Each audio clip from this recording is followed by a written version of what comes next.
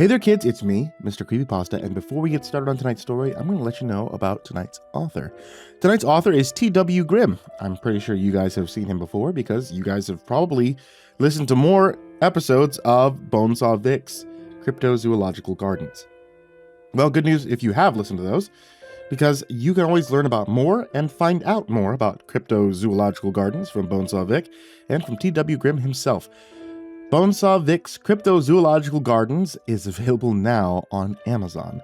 It's available on digital and paperback, so if you guys like keeping physical copies of Creepypasta books like I do, it's great news for you guys. Take a look in the description down below, and you can find a link to the Amazon purchase page. Get yourself a copy, and listen along. And now, on to tonight's story.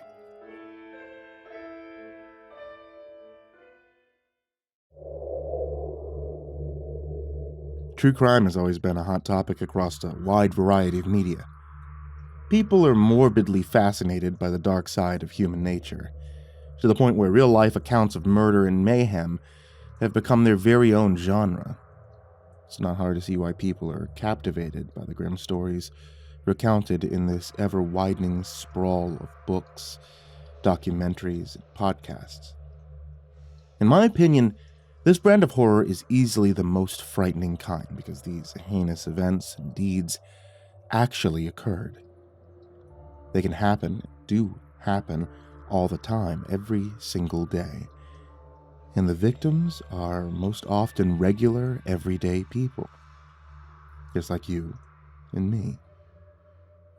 True crime is, by turns, shocking, lurid, and tantalizing entertainment. However, I can assure you it's a lot different when you become personally involved in one of these unsavory tales of madness and death. Let me start from the beginning. Kaz and I were on the midnight shift at the time, which meant that we were working in the other wing.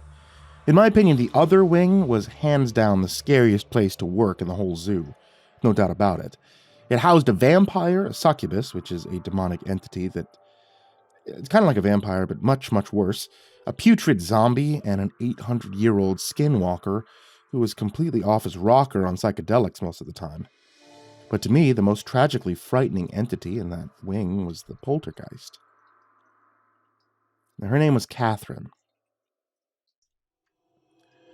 When she was just 7 years old, Catherine was murdered in the drawing room of her own home.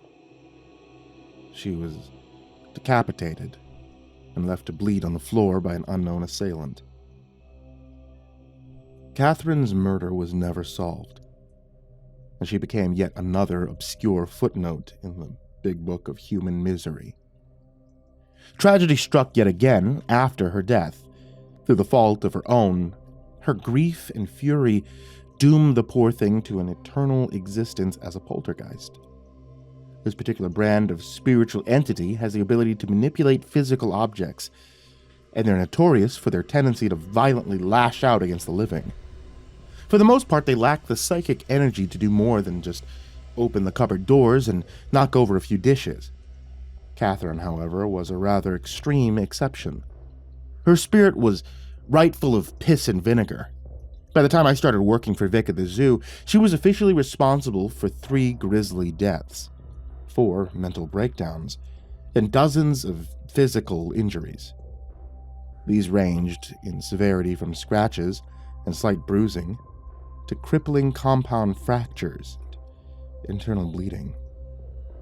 Long story short, Catherine was no joke. She could kill you, and she would kill you, and most important of all, she actively wanted to kill you. The only way to ensure your safety was to watch her every movement in the reflection of a silver-backed mirror. As long as you could see her in the mirror, she would be rendered unable to attack. The second you lost track of her in the mirror, you were in very deep shit. Needless to say, the caretakers only entered her habitat if it was absolutely necessary. Seeing as how she was a ghost, there wasn't much you could do for her anyway. One of us would pop in to do some quick vacuuming and dusting every few weeks. That was about it. Poor, angry little Catherine absolutely did not want any interaction with the living.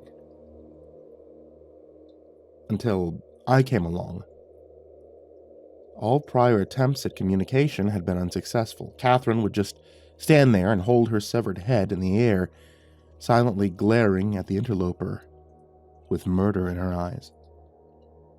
That all changed in the wee hours of a Tuesday night shift. For the first time in 8 years that she'd been at the zoo, Catherine spoke to someone. And the person she chose to speak to was none other than yours truly, Billy Whitebread, the caretaker's assistant. This is the story of how Casimir and I teamed up to solve the mystery of Catherine's murder. Pull up a chair, make yourself a drink. You're probably going to need it.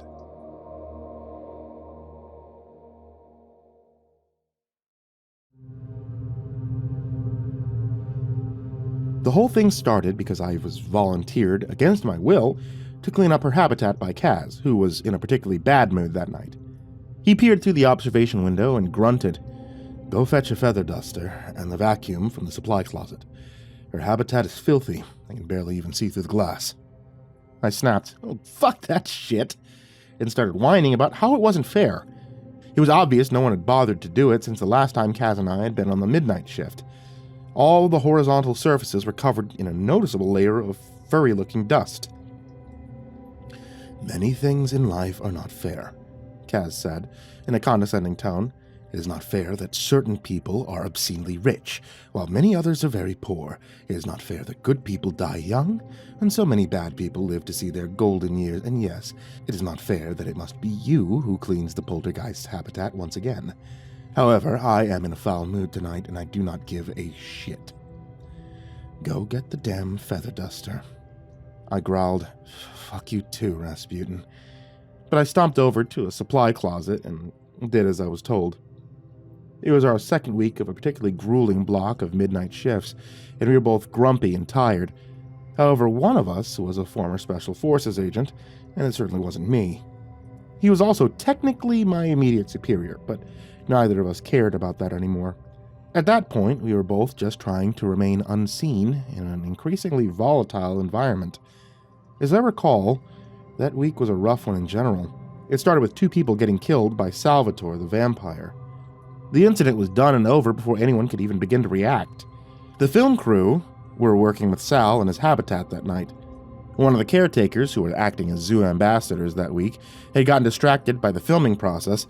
It was only a few brief moments, but that was long enough for Sal to capture the mind of the boom operator. The assistant turned around just in time to see the boom operator throw his silver chain onto the floor, and then all hell broke loose. The starving vampire slammed into him like a freight train, and the poor guy's blood was splashed across the wall in a hot spray of crimson. The assistant panicked and jumped on Sal from behind, making him scream in agony as the silver chain pressed into the vampire's back. Salvatore flung the would-be rescuer across the entire length of the room, and he slammed into the opposite wall with brutal force. All of his internal organs disintegrated on impact, along with the majority of his bones. The best thing you could say about the entire mess was that both victims died almost instantly. When the security team made their entry 70 seconds later, they could barely identify the bodies as being human. The boom operator's body was in the worst shape of the 2 dead men. His remains had been completely torn apart. He was literally rendered limb from limb during the attack. Salvatore was standing nearby, dripping with blood from head to toe. According to the other caretaker, who was present in the room, as the rescue team backed him into a corner with their squirt guns, Sal kept moaning. "That was so fucking good. So fucking good." All the other crew members who were present that night immediately quit, and they stormed out into the parking lot. One of Victor's security goons made them go back inside at gunpoint. During the ensuing uproar, phone calls were made to both Victor and Nick McKnight, the film's director. Nick and Victor arrived at the zoo at almost the same time. They got into a heated argument in the lobby, which rapidly turned into a furious screaming match. Vic ended up pinning the director to a wall by his throat. It took 4 people to pry him off. Vic and Nick continued to shout at each other as Victor was dragged away by two of his own men, who he repeatedly referred to as a couple of dime store cocksuckers, as he disappeared from view. 2 minutes later, they were having a drink together in Vic's office, talking and laughing like a couple of old friends. I guess Victor had finally met someone who was as narcissistic and self-centered as himself. They came out to the lobby together and announced that work would continue on as scheduled. The crew started to yell at them both, and Victor silenced them by brandishing a pistol. He bellowed, "Yeah, I don't want to hear any more about it. You people better shut the hell up and quit your fucking belly aching. You got it? Get your bitch asses back in there right now. Get back in there. Make my fucking movie, dipshits, right now." Everyone scrambled to obey, Casimir and myself included. The atmosphere on the zoo was thick with fear and paranoia for the next few days. Victor didn't come back, but Nick made a point to stop in every night and hang around for a while. Outwardly, he seemed cool, worldly, sophisticated. But Nick McKnight emanated a sleazeball vibe that I quickly decided I wouldn't trust that guy as far as I could throw him. He was a golden snake in the grass, a silver-tongued son of a bitch with zero empathy for his fellow human beings. Long story short, everyone was in a bad mood that week, including Casimir. This state of affairs was pretty much normal for Kaz, though. He was in dour humor more often than not, regardless of what was happening around him.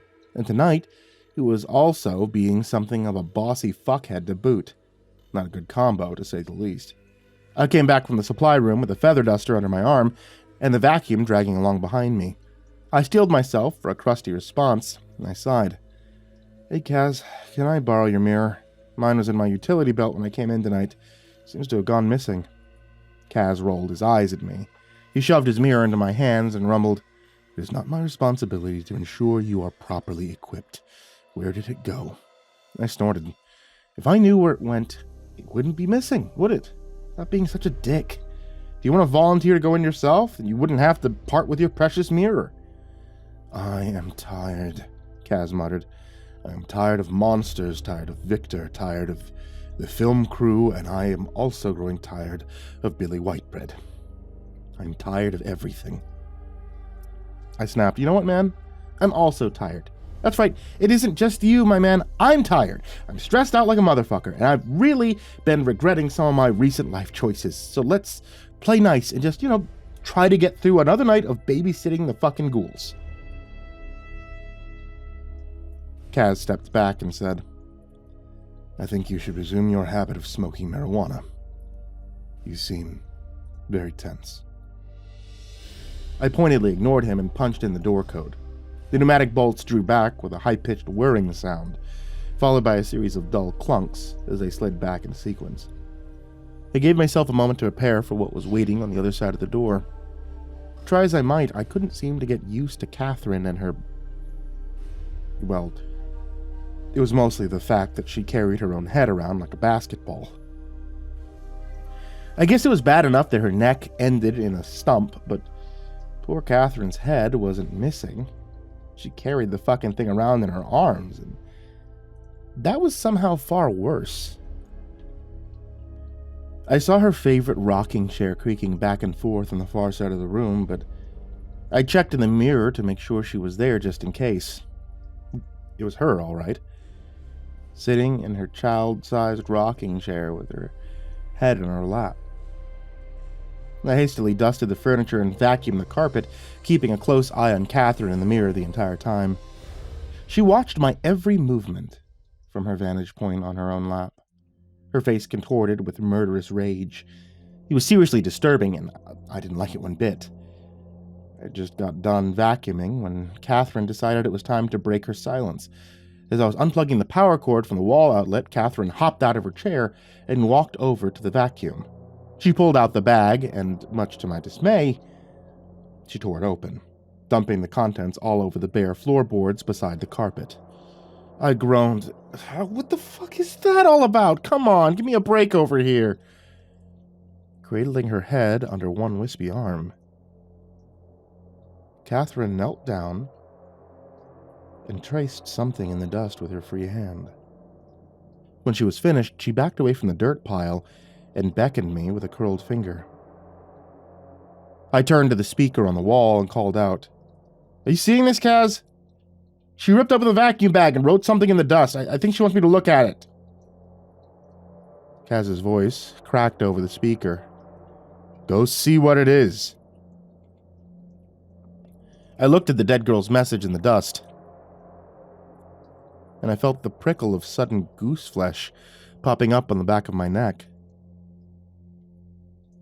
In straggling lines of printed block letters, Catherine had written, "The person cut my neck." Beneath this, the dead girl had scrawled two small and completely devastating words with her ghostly fingertips. "It hurts." I stared at those two words with mounting horror. I whispered, "Fucking hell." I made eye contact with Catherine in the mirror, and I asked her, "Who did this to you? Which person are you talking about?" Her lips moved, but no sound came out. She drifted closer, and I backed away to give her plenty of room. As I stood there and watched, 3 more words appeared in the dust. The Bookman. I didn't understand what that meant, but I was chilled to the bone. Catherine's pallid little face was giving me a pleading look from between her hands. I shook my head and murmured, I don't know who that is." Her face scrunched up in frustration. She suddenly whirled around and threw a wooden chair across the room and burst against the wall with a loud bang and a shower of splinters. She let out a silent scream, and then she crumpled onto the floor and faded away. Kaz hit the intercom button and asked, "What does it say?" I muttered, "The person cut my neck." Then she wrote, "It hurts." When I asked her who the person was, she wrote, "The Bookman." Kaz took a few seconds to absorb the information. He clicked the switch again and said, "I wonder who this Bookman is. I wonder if he faced justice when he was still alive." I croaked, I don't know, but I kind of doubt it. I have a feeling that's the reason Catherine's still stomping around on this side of the horizon. I mean, the thing is, too much time's passed between then and now. It's too late." At the end of the shift, I suddenly realized that maybe it wasn't too late. I thought about it as I drifted off to sleep in the morning. And when I came back in for my shift that evening, I had a plan. I knew how I could release Catherine from her suffering. With the help of Falling Sky, I could solve her murder.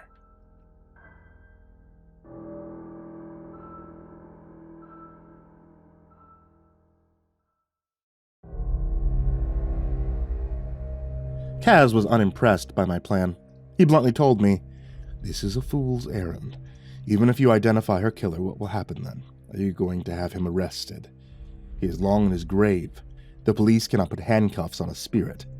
What do you hope to achieve?" I ran my hands through my hair and sighed. Well, I hope it'll put her at peace. I think she needs someone from the land of the living to recognize these awful things that happened to her, and she needs someone to name this sick fuck who did it. Even the Bookman can't be punished. I mean, someone needs to know his name, you know? You get what I mean? She deserves that much, doesn't she? So does he, even if they're both already gone. Kaz had a sour expression on his face, but I could see that my large Russian friend had understood me just fine. He crossed his arms over his chest and said, "If you feel you must do this thing, I will not stop you. Only one of us can enter the habitat at a time, so I will keep watch from the window. Do as you like, but I will never set foot in the spirit world again. Not until my last breath passes my lips. I nodded and said, "Fair enough, big fella. The film crew is supposed to be over in the aviary wing tonight, so we shouldn't have any interruptions. If someone does come around, just act like you're an angry Soviet bastard and glare at them until they go away. You know, just be yourself." I found Falling Sky over on the far side of his habitat. He was beating the shit out of a cactus with a war club. He grinned at me, sweat rolling down his chest from exertion, and he waved the club in the air. He panted, "I like to keep my skills sharp." He took a few swings at the cactus, which had been left in a broken state from the onslaught of his club. The skinwalker dropped the club in the sand and asked, "What brings you here tonight, little brother? You have a troubled look on your face. I mean, you always look troubled, but you look even more troubled tonight than usual."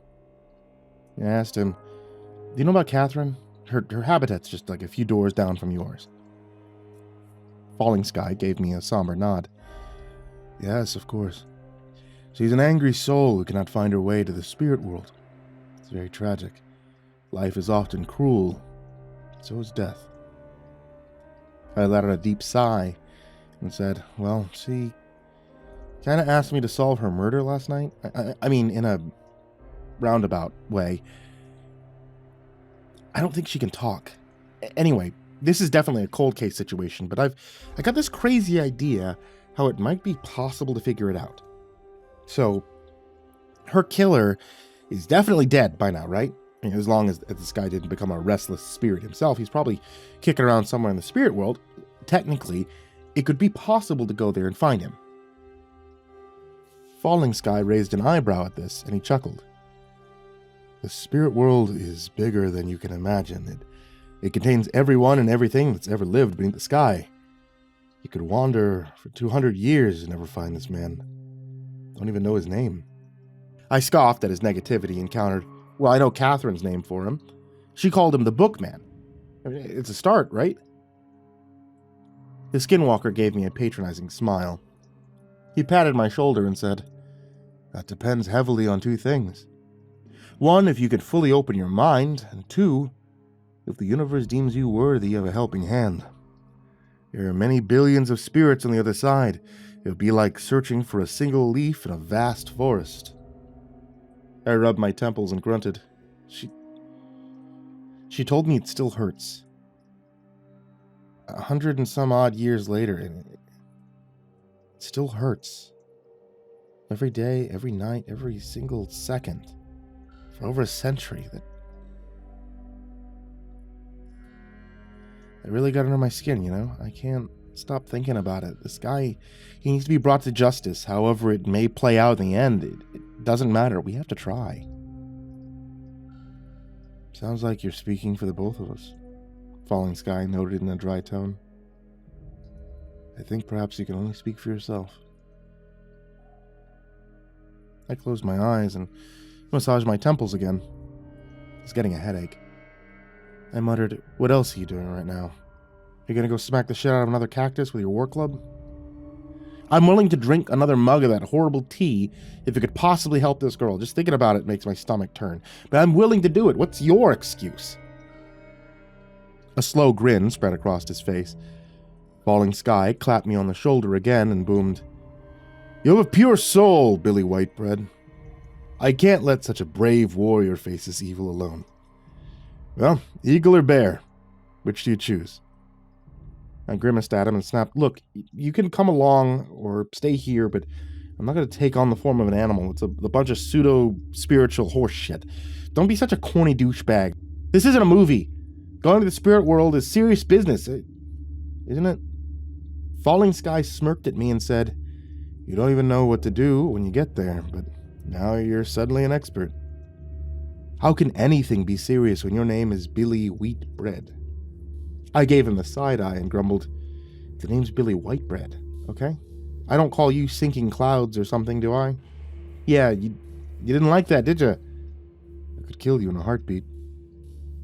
the skinwalker muttered, and he started stomping over to his Hogan. Don't forget that. I could turn into a mountain lion and rip your face off. I gave my new friend a strange smile and said, Stop grumbling and make the tea. You've got a murder to solve.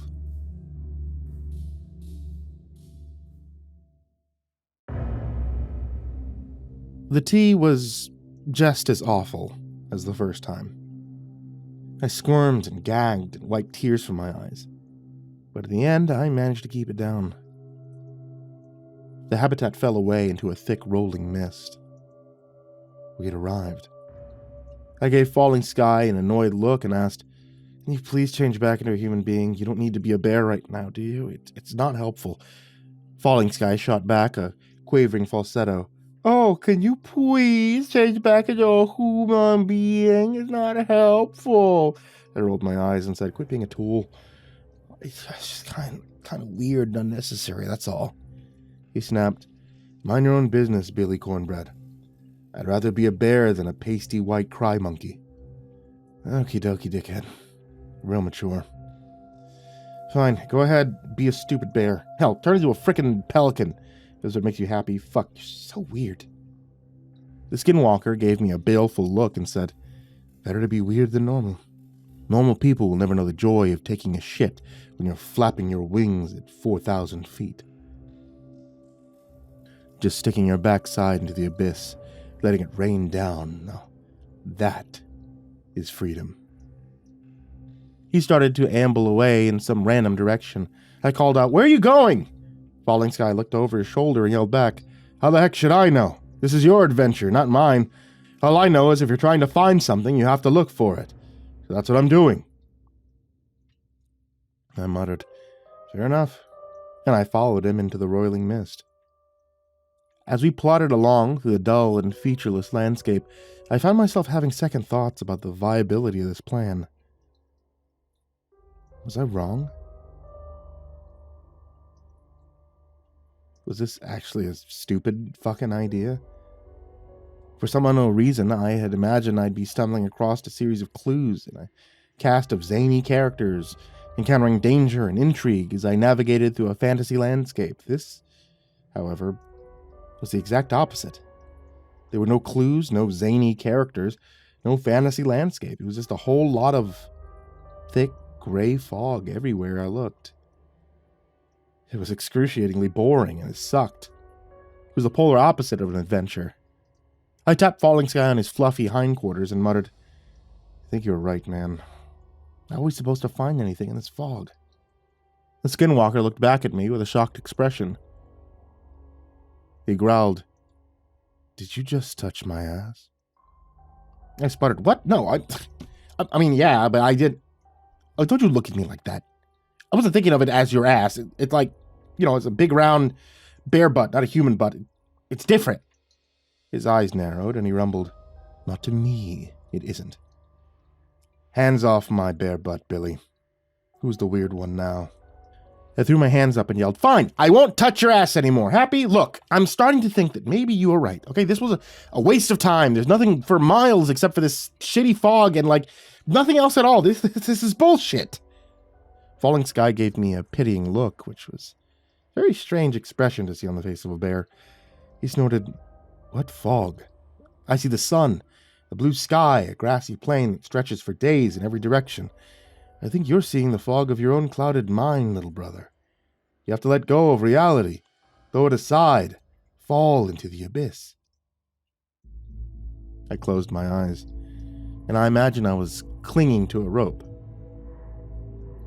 The world of normal things loomed above, and the world of the fantastic lurked below.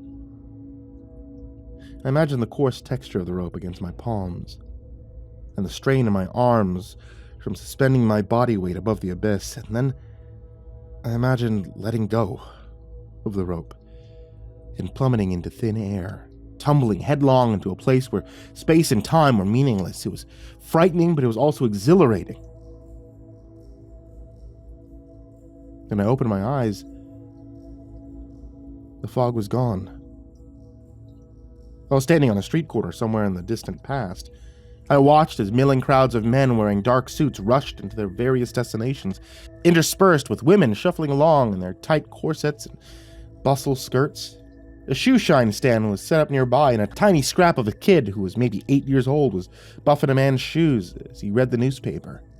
No one seemed to notice the long-haired young man in the Kevlar suit. And they also failed to notice the bear standing beside him.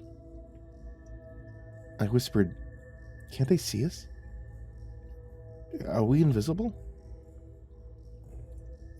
Falling Sky murmured back, "They aren't really here. They're asking the universe to help you, and this is how it responded. It's like watching a movie, but you aren't sitting in the audience." I gave him a surprised look and said, I didn't think you'd know about movies. Aren't you, like, 800 years old?" The skinwalker grunted. "I wasn't captured until 1988. I saw a lot of movies. I saw RoboCop in the theater." I wandered over to the shoeshine stand and peered at the headlines in the man's newspaper. It was an article about the new president, a former governor of New York named Grover Cleveland. The date on the first page of the newspaper was June 27th, 1885. I looked back at Falling Sky, and he shouted to be heard over the clamor of an approaching streetcar. I hollered, "I'm pretty sure this is my city, but it's over 100 years in the past. I think I recognize that building down the street. Still standing there now in the present time." The man sitting in the shoeshine chair lowered his newspaper, revealing a sunken-eyed man sporting a top hat and a heavy mustache. His eyes were watery and bloodshot. He folded the paper in his lap and said, "I would originally wish you a good day, sir, but I'm afraid I have no good wishes to give on this horrible day. I put my only child into the ground this morning. She now lies in the cemetery down at St. Michael's Church." I stood there and gawked at him until the horse-powered streetcar squealed its way past. When it was gone, I stammered, "Are you Catherine's father?" "I am," he replied in a weary tone. "She was murdered in my home. Now they suspect it was I who carried out this terrible deed. I'm innocent. My heart can take no more. These are my last moments on this earth." The shoeshine boy chirped, "All done, mister," and Catherine's father handed him a few coins. He slowly rose to his feet and turned to look at me, his face drawn into a grimace of unbearable heartache. He murmured, "Must find the fiend who killed her, and must put him to justice, I beg you, sir. Release my angel from her suffering." I gripped his arm and gently asked, "Do you have any idea who could have done this? Do you remember anything that could help me find this guy?" He leaned closer and whispered, "Mark my words, sir. Beware any man who believes he is pure." Catherine's father abruptly shuffled across the street, a broken human being with no desire to continue. I watched as he started talking to a beat cop who was standing on the opposite corner. His voice was drowned out by the approach of another oncoming streetcar, but the cop started to look alarmed by his words.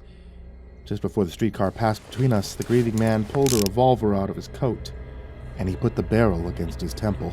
I screamed, "Don't do it!" But I was over 100 years too late. I was witnessing an event from the forgotten past, and there was nothing I could do to stop it.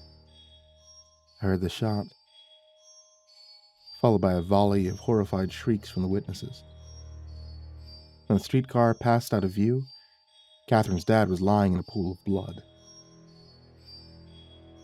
The cop was looking down at him with a shocked expression on his broad, ruddy face. I jogged across the street and waved my hands to get his attention. I asked him, "What did he say before he pulled the trigger?" A very strange thing happened as soon as I spoke to the beat cop.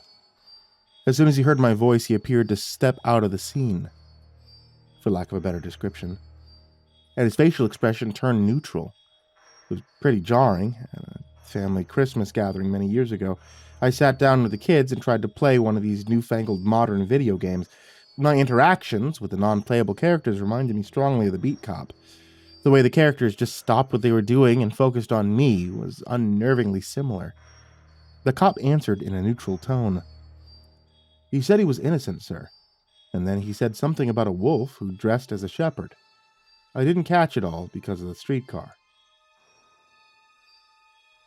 I mumbled, "Thank you." "Okay," and started to turn away. I paused, and then I turned back to the cop and asked, Hey, this might sound really strange, but are you real? Like, is everyone here a ghost? Or is it me who's the ghost?" He softly answered, "We are all destined to become ghosts, sir. The prophecy begins the moment we're born. It's only a question of how quickly we'll get there."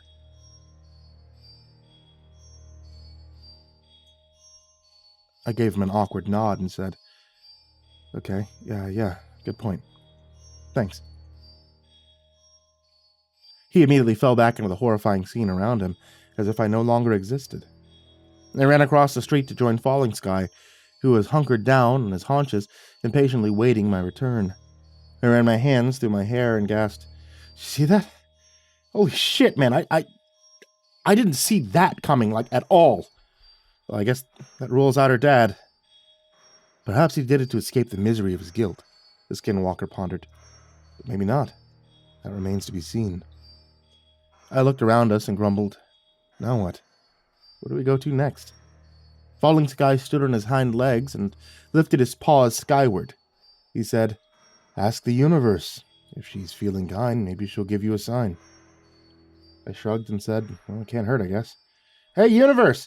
I'm trying to do a good deed over here, but I'm a little stuck at the moment, you know? I don't know what to do next. I need a sign."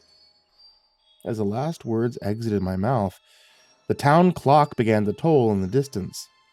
I pointed in the direction it was coming from and exclaimed, "Bells! So, what has a bell? Churches have bells." He said they buried her in the cemetery at St. Michael's Church. It's probably right there on the church grounds. I think the universe is telling us to go nose around at the church. I don't know, maybe I'm just being stupid right now, but I feel like I'm on the right track. What do you think? Falling Sky's muzzle cracked open a wide yawn. He treated himself to a big stretch and then said, "I have no opinion. I already told you, this is not my adventure. I'll follow, but it's up to you to lead the way." I grudgingly said, "Fine. I mean, you're the ancient witch doctor who regularly visits the other side, and I'm just some naive kid who's never even left my home state, but sure, I'll lead the way." He gave me a snarky look and muttered, "Then start leading, Billy Whitebread.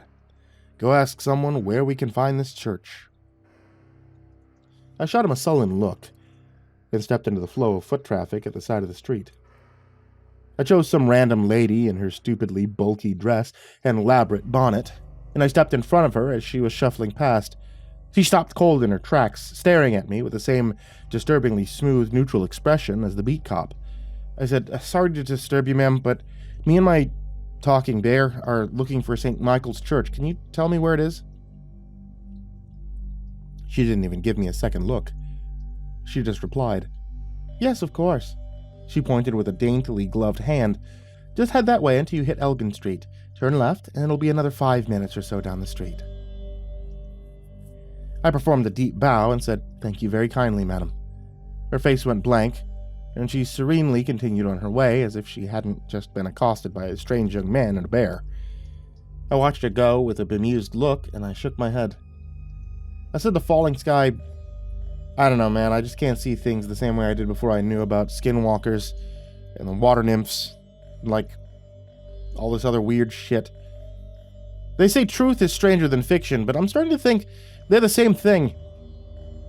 I surprised us both with the bitterness in my voice. Falling Sky asked, "Are you feeling okay over there, Billy? You shouldn't be tripping in the spirit world with a heavy heart. It could be dangerous." I rubbed my temples and snapped, "I'm fine, don't worry about it. Let's go find this church and, I guess we'll see what happens." Falling Sky didn't look convinced, but he chose to let it go. He said, "And lead the way, Billy Whitebread. As long as you understand that something's waiting for us at the end of our journey. Can you feel it? Someone knows we're here, and they're not very happy about it." The skinwalker was right. I could feel an oppressive force gathering in the air. A malignant presence was waiting somewhere down the line. and it was fucking furious that we were there.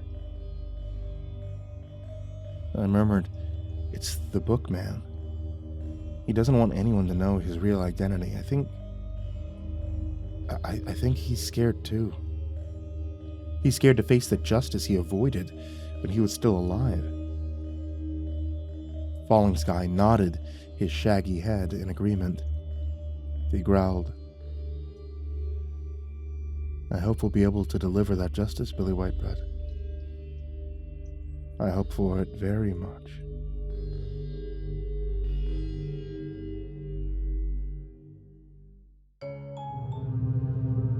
We could see the spire of the church reaching into the sky as soon as we turned the corner. It gave me a murky tingle of foreboding in the pit of my stomach. St. Michael's Church was a large, vaguely menacing structure that covered most of a city block. It featured a tower with a clock, a steeple, and a belfry. The steeple was capped with a roof lantern, which in turn had been outfitted with a lightning rod in the shape of a crucifix. It looked like a weapon of war, thrusting with murderous intent into the underbelly of the clouds. The longer I looked at the old church, the more off-kilter details seemed to jump out at me. None of it was particularly jarring on its own, but it all added up to create an unsettling atmosphere. Among other things, I spotted a toddler-sized pair of short pants lying in a clump of weeds, and someone had balanced the skull of a large dog on top of a tombstone. One of the empty eye sockets had been filled with a chunk of quartz, giving it a bizarre twinkle in the muted sunlight. "This is a bizarre place," Falling Sky said quietly. He wrinkled his muzzle back from his teeth and added, "I'm not very fond of the man in the black robes. He never did my people any favors, that's for sure." I gave him a sympathetic nod and murmured, "My dad always used to say that having a religion is like having a penis. Keep it to yourself. Don't shove it down anyone else's throat." I think that about sums it up. Falling Sky chuckled. "Your father's a wise man. Well, we're here. Let's go have a look around." We entered the church grounds and made our way to the main entrance, the skinwalker sniffing at the cobblestone path behind me as we approached the front steps. He lifted his head and grumbled, "No one has a scent. None of this is real. Nothing is alive in this place, but they aren't spirits either. They're more like projections on a screen." I replied, "It's probably good that nothing has a scent, because people didn't wear deodorant back then. Pretty sure they didn't have to bathe that often either. Probably still smelled better than you, though." "What do you mean?" he demanded in an offended tone. "Are you saying I smell bad?" "Well, you are a bear, aren't you? Do the math." "You're just jealous," he huffed indignantly. "I could be anything I want. You can only be yourself. You must be so boring. I pity you." I grudgingly answered, "I'll give you that one, man. Pretty much stuck with being myself. Thanks for reminding me." The interior of the church was draped in shadows. We slunk along the main aisle towards the altar, moving with furtive footsteps in the silent gloom. As we drew closer, I saw a woman in a headscarf polishing the prayer desk with a rag. I whispered to Falling Sky, "Should I talk to her?" "I don't see anyone else you can talk to," he whispered back. "And why are we being quiet? None of this is real. You could piss all over the floor. She wouldn't even notice." I hissed, "Don't pee on anything, for fuck's sake.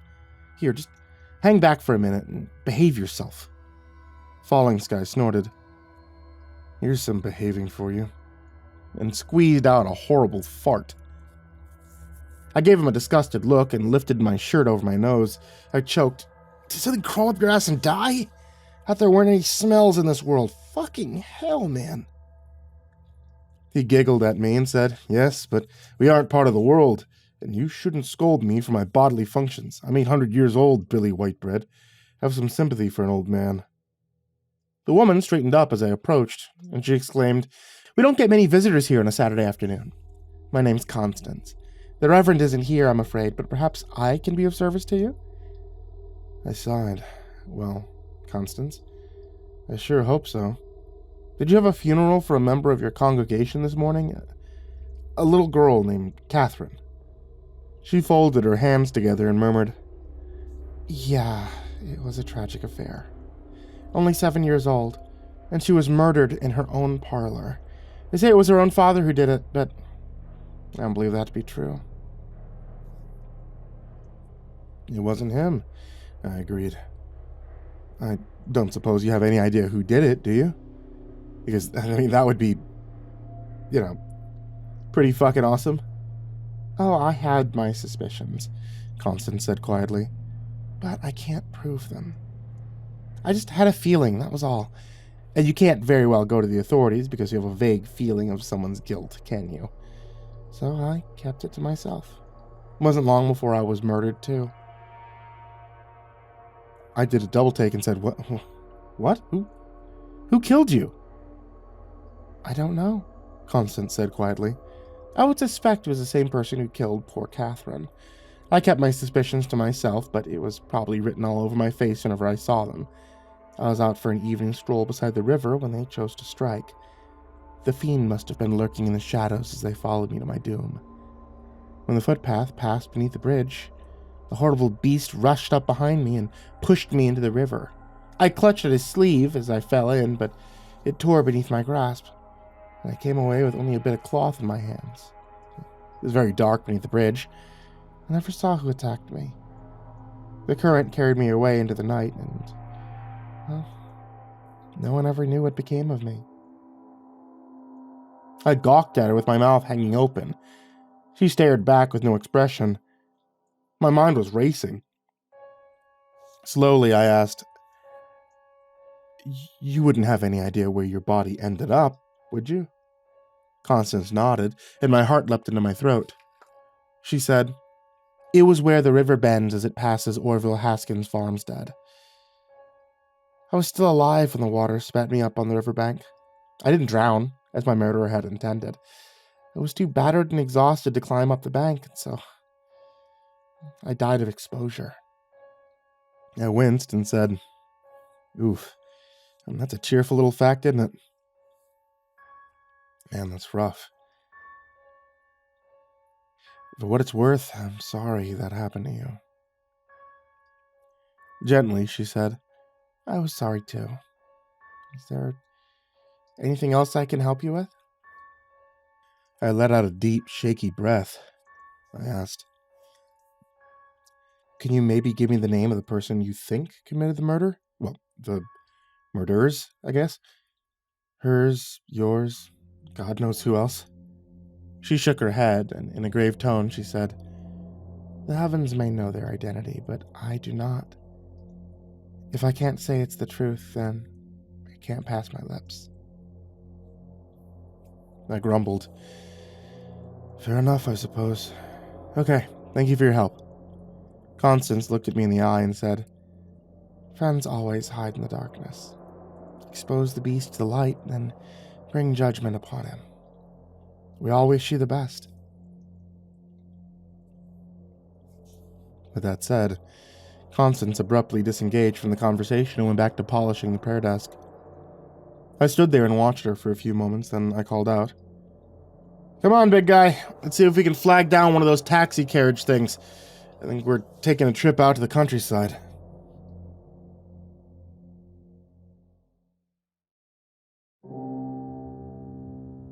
Falling Sky could barely fit on the bench seat of the handsome cab. He gave me a sour look and said, "This is undignified." I smiled and made a sweeping gesture at his big, round, bare body. "You could always turn yourself into something smaller, right? Honestly, I'm not sure how far this horse can pull a fully grown bear." He rumbled. "It could haul an infinite number of fully grown bears.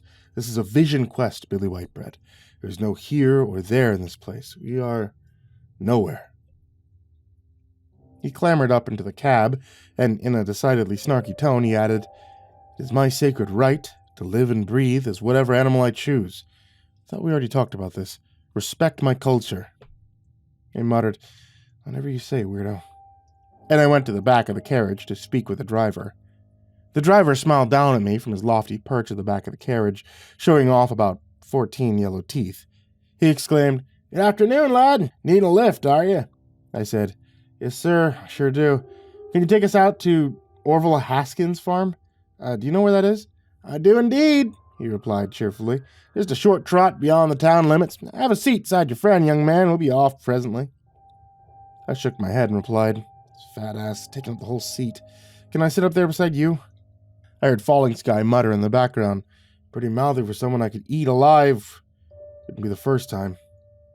The driver shrugged and said, "Whatever pleases you, sir. Watch your step on the way up." We jounced and bumped our way to our destination, and I watched our surroundings slowly roll past with wide-eyed wonder. It was a world just like my own, but it was also completely different.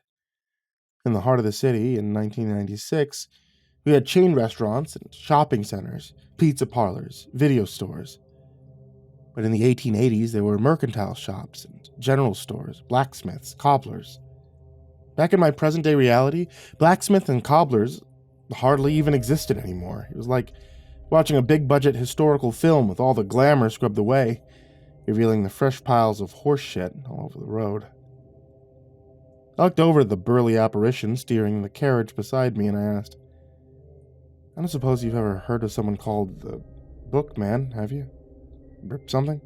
I'm just assuming it's a person, not a place." The driver darted an amused glance over at me and said, No, sir, not me. I don't know too much about books, I'm afraid. I must confess, I can barely read or write. I didn't get much school when I was a lad. Had to work, help support the family." I gave him a sympathetic look and said, "It sucks, man. Every kid deserves an education. Do you ever wish you can go back and learn?" The driver's lips curled into a sad smile. He replied, "Yes, sir, I do. When common people like myself can't read too good, well, that's a problem. You make sure the bookmen of this world aren't lying to you about what's in them books. If you ask me, a lot of folks put too much faith in them sneaky sons of bitches, pardon my French. That's how I feel in my heart."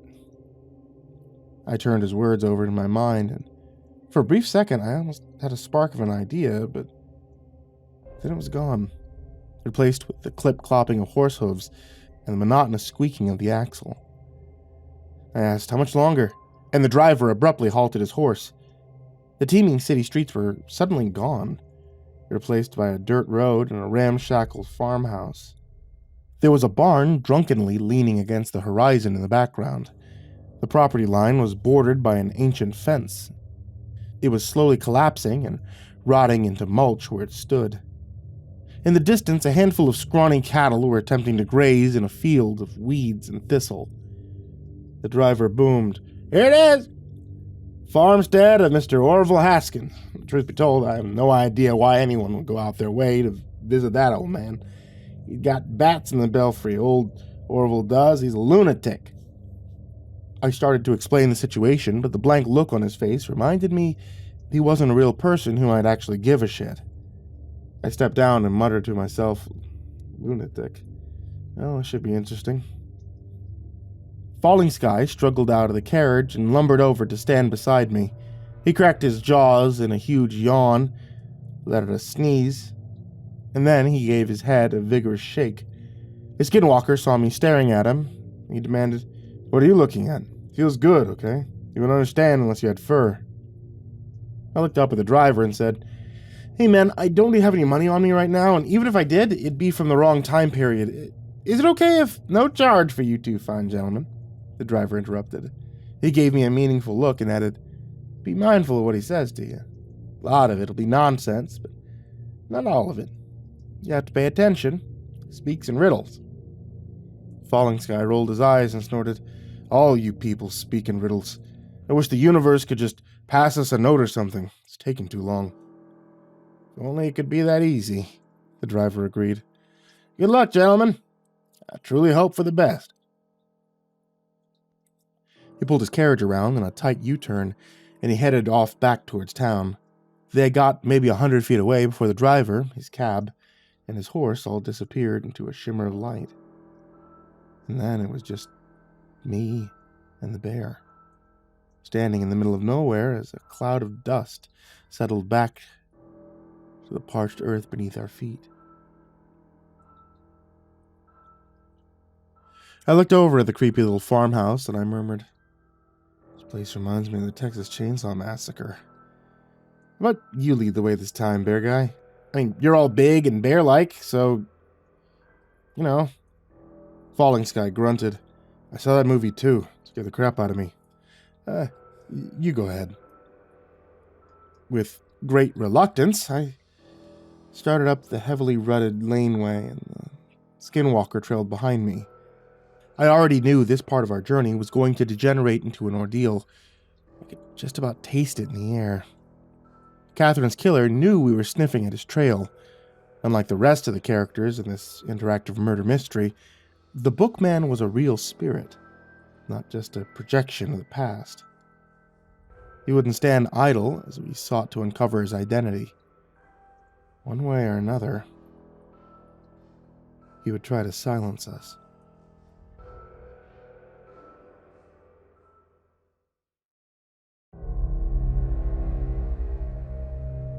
The driver wasn't exaggerating. Orville Haskins was very intense, to say the least. He came shambling out onto his sagging porch to greet us.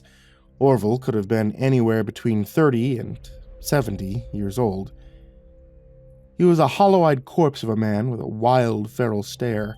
He was barefoot and shirtless beneath the grimiest pair of denim pants I'd ever seen. His scrawny torso was dingy with dirt, and his feet were crusted up to the ankle with months of accumulated filth.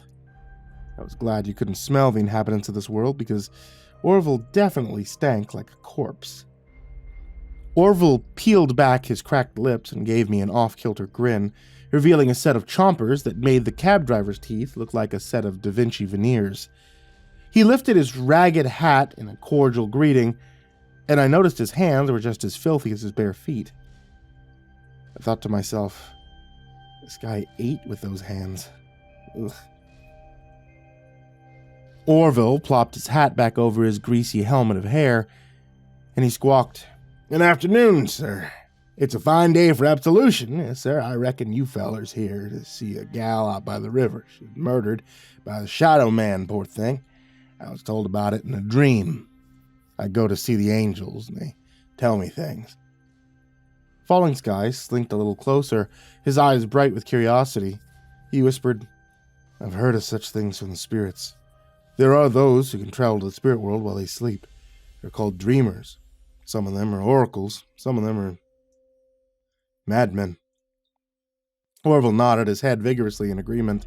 A thin line of drool slipped from a gap between two of his baked bean teeth, and it ran into his whiskers. He said, "The Shadow Man's a bad feller. He has two faces. I went into town and told him all about the Shadow Man. They didn't believe me. The angels said they wouldn't believe me, but I tried anyhow." I cast a quick glance over at Falling Sky, and was startled to see he was no longer a bear. He was now a lean and limber mountain lion. He saw my puzzled expression and whispered, "Just in case we have to run away. I know none of this is real, but this guy scares me." I waved my hand to secure Orville's wandering attention, and I asked, "Can you show us where to find her?" A glassy, haunted expression crept across Orville's dirt-smeared features. A fresh string of drool rolled over his scabby lower lip, and it oozed into his whiskers. "Well, she's nothing but bones now, nothing but bones and rags. Even bones can tell a story, yes, sir. Come on along, fella, I'll show you where she lay." We followed Orville across his barnyard, keeping a discreet distance as he rambled a steady flow of nonsense under his breath. The lawn was a thigh-high meadow of weeds and wildflowers, and the barn itself looked like it was ready to collapse at any given moment. Likewise, none of his fields had been tiled or planted in a very long time. The entire farm was gradually returning to the wilderness from which it came. He led us on a winding journey that ended up at the back of his property. It was bordered by a river, a winding and sluggish body of water that was more of a glorified creek at this time of year. We stood back and watched Orville stomp through the undergrowth, to the edge of the embankment, and still muttering a stream of gibberish under his breath. He stopped and said, "Yes, sir, this is the place right here." We climbed back down the crumbling embankment, and there was a heap of bones and a faded rag of a dress. I knelt down and examined the remains, wincing at its mangled condition. She'd been cruelly battered and broken by the ferocious current. Her skull was cracked, her ribs were shattered, her limbs were twisted and splintered. "It would have been better if she had drowned," Falling Sky murmured in a somber tone. "Terrible death. But now she's safe with her ancestors." "What's that stuff here in her hand? Looks like a patch of cloth. It's a different color than the dress."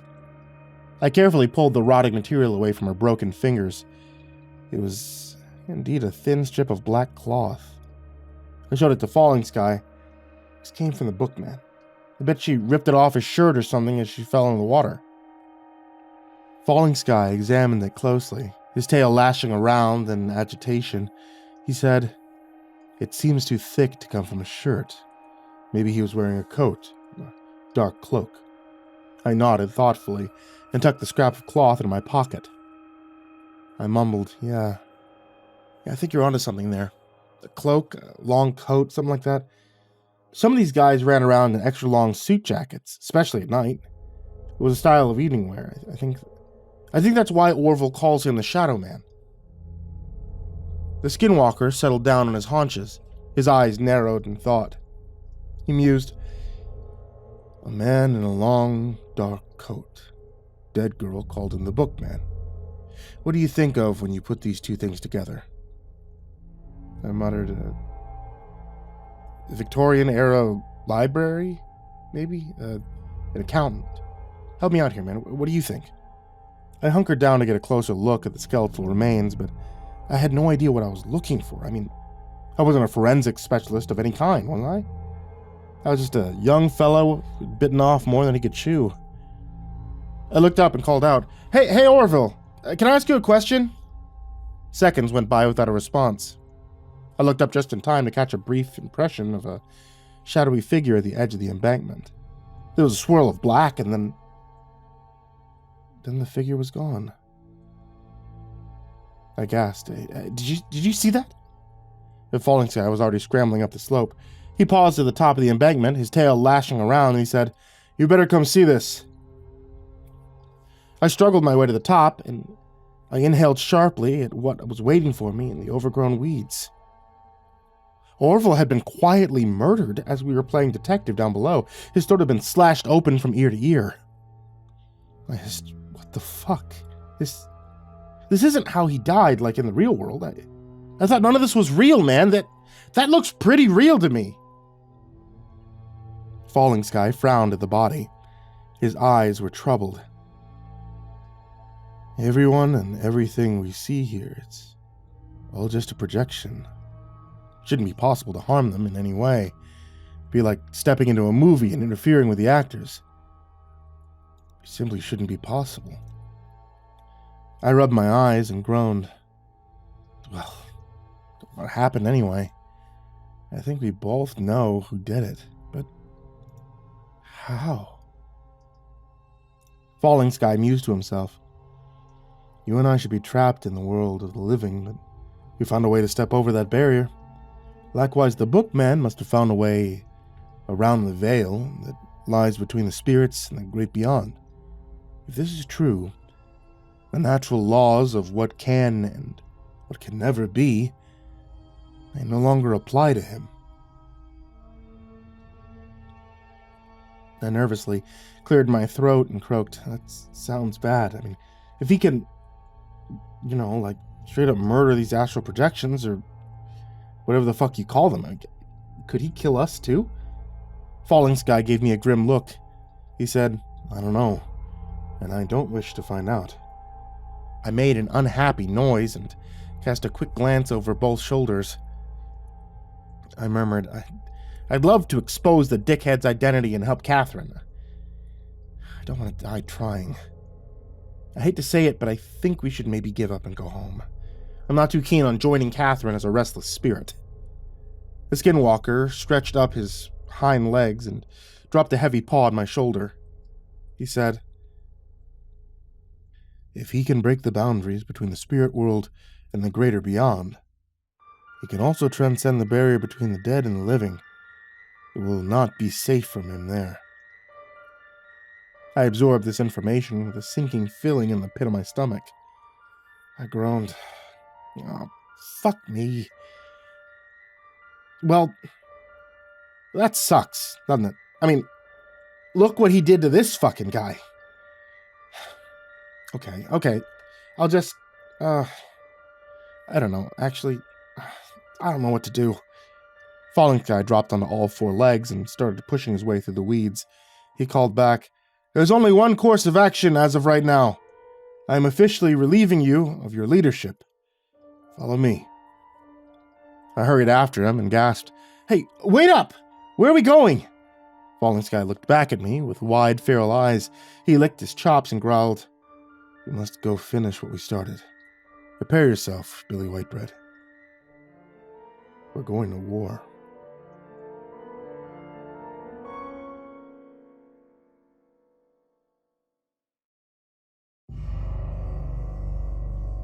We found another carriage waiting for us in front of Orville's ramshackle house.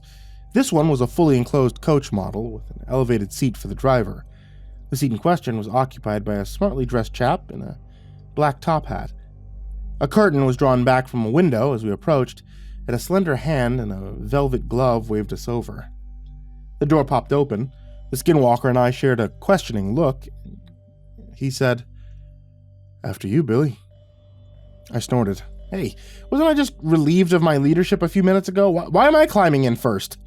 Falling Sky hopped up on two legs and gave me a push towards the carriage. He chuckled, "Because I'm the leader. The follower does what the leader says." I poked my head through the open window and gasped in surprise. The owner of the veiled glove was the actress Sharon Stone. She was wearing a Victorian-era dress, but her hair was cropped short and swept back, the same hairstyle she had in the movie Basic Instinct. She smiled at me and said, "Hello, duckling.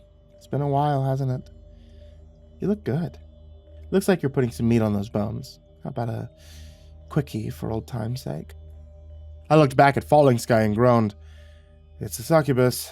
Should we get in?" He waved at the endless stretch of dirt roads with his paw, and he sighed. "It's better than walking, I suppose." I sat on the bench on the opposite side of the succubus, and Falling Sky sat on the floor. As the carriage started jouncing back to town, the succubus gave me a sly grin and purred. "I hope you're pleased with the form I chose today. I thought you'd probably like it. After all, I know what you did when you rented that movie from the video store. As I recall, you did it at least 6 times, you wicked little beast." I looked down at the floor and muttered, "Yeah, thanks for the ride back and everything, but why are you here?"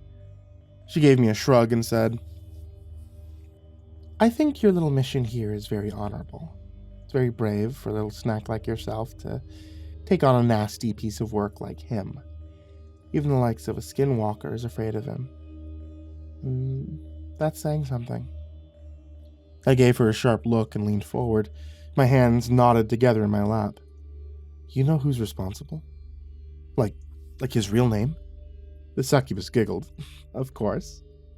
She looked out the window. I waited for her to say more, but she just kept staring out the window with a vague smile. I snapped, "Well, you could save us a whole lot of time if you said it out loud. We could go back to the world of the living right now, bingo bango, and once and done."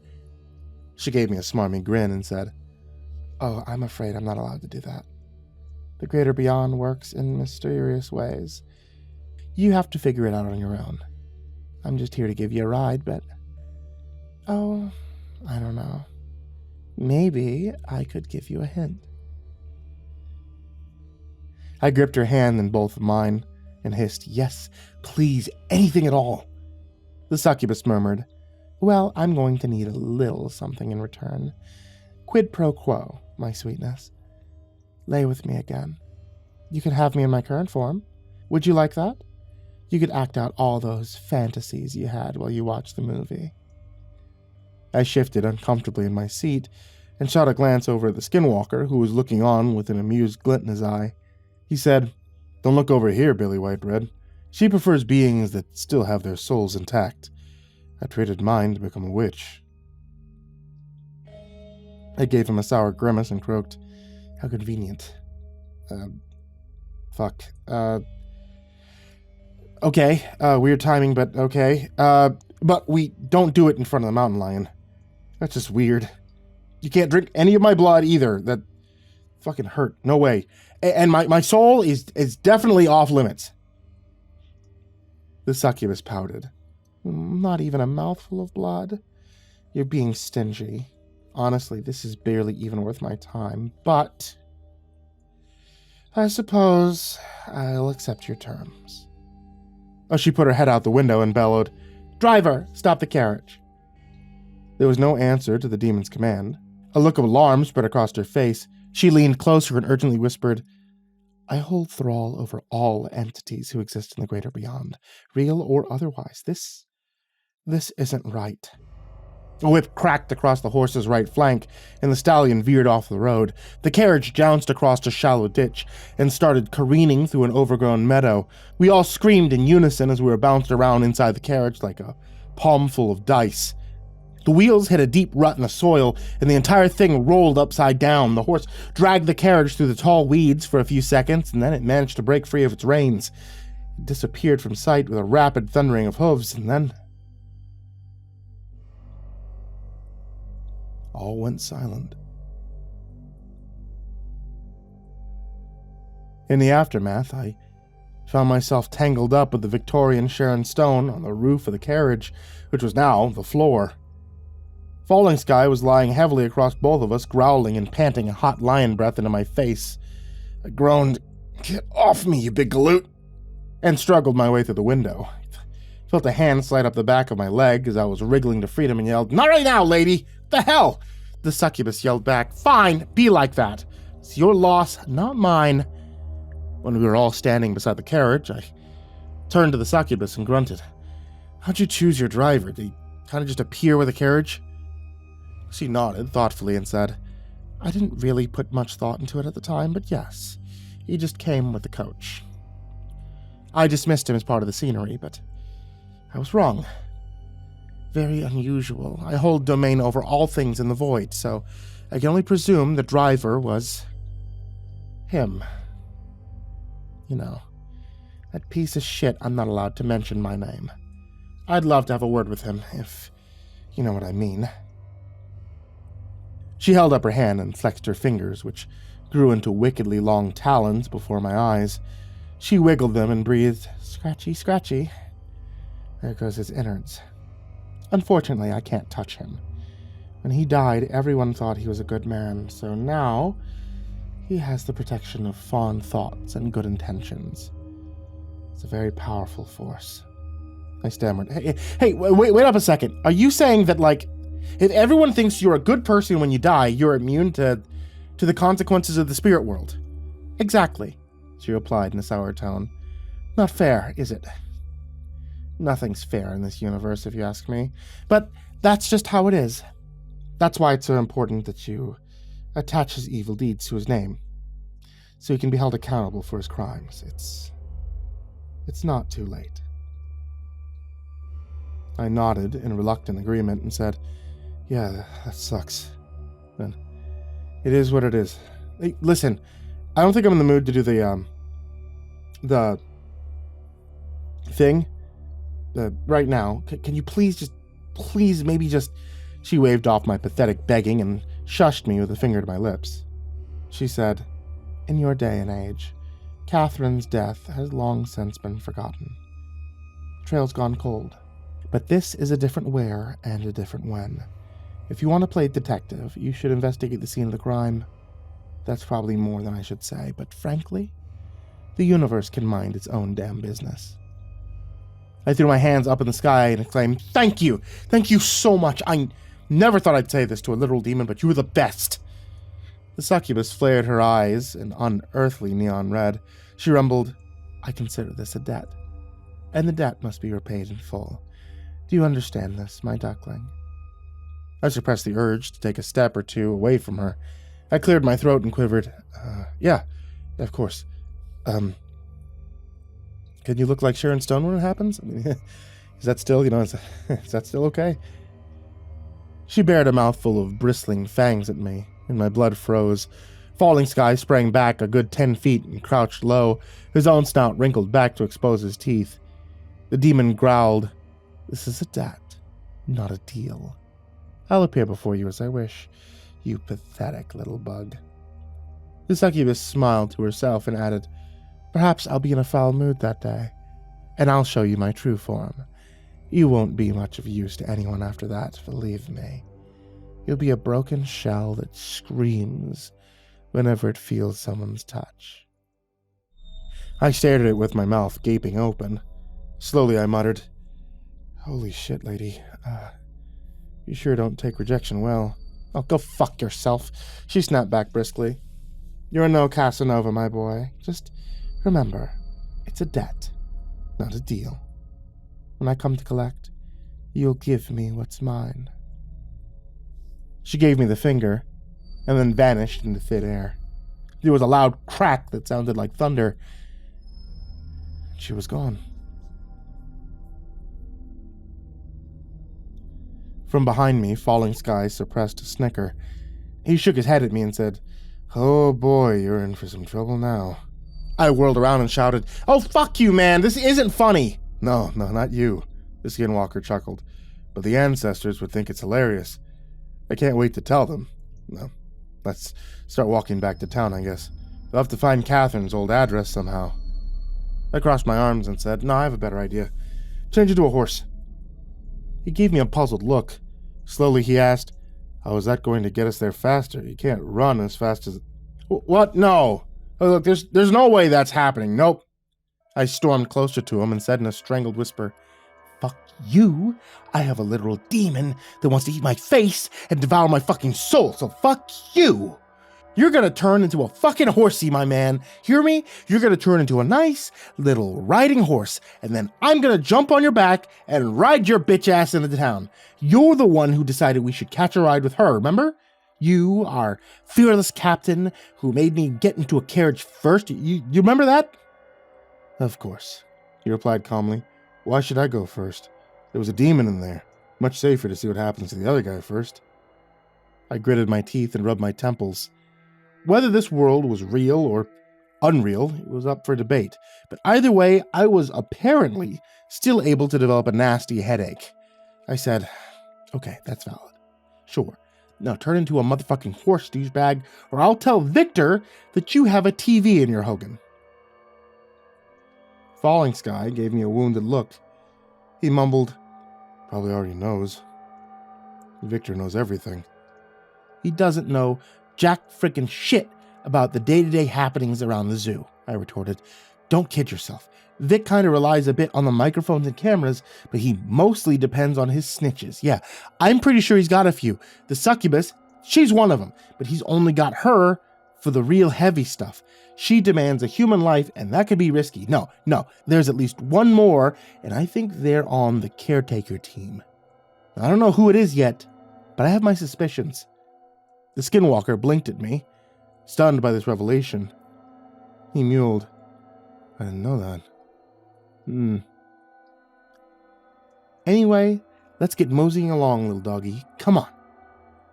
Falling Sky muttered a curse under his breath, and he started to shimmer. A second later, he was a horse. He quietly hissed, "If you tell anyone about this, don't even worry about the demon, because I'll personally eat you alive."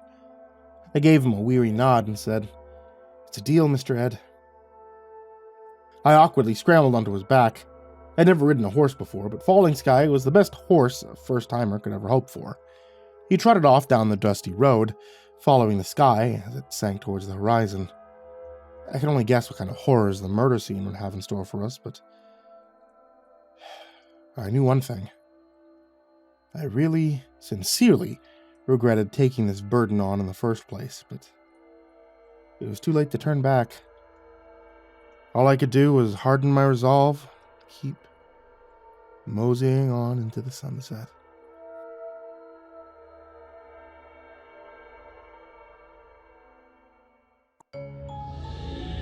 There was an ominous silence in the air as we approached the edge of town.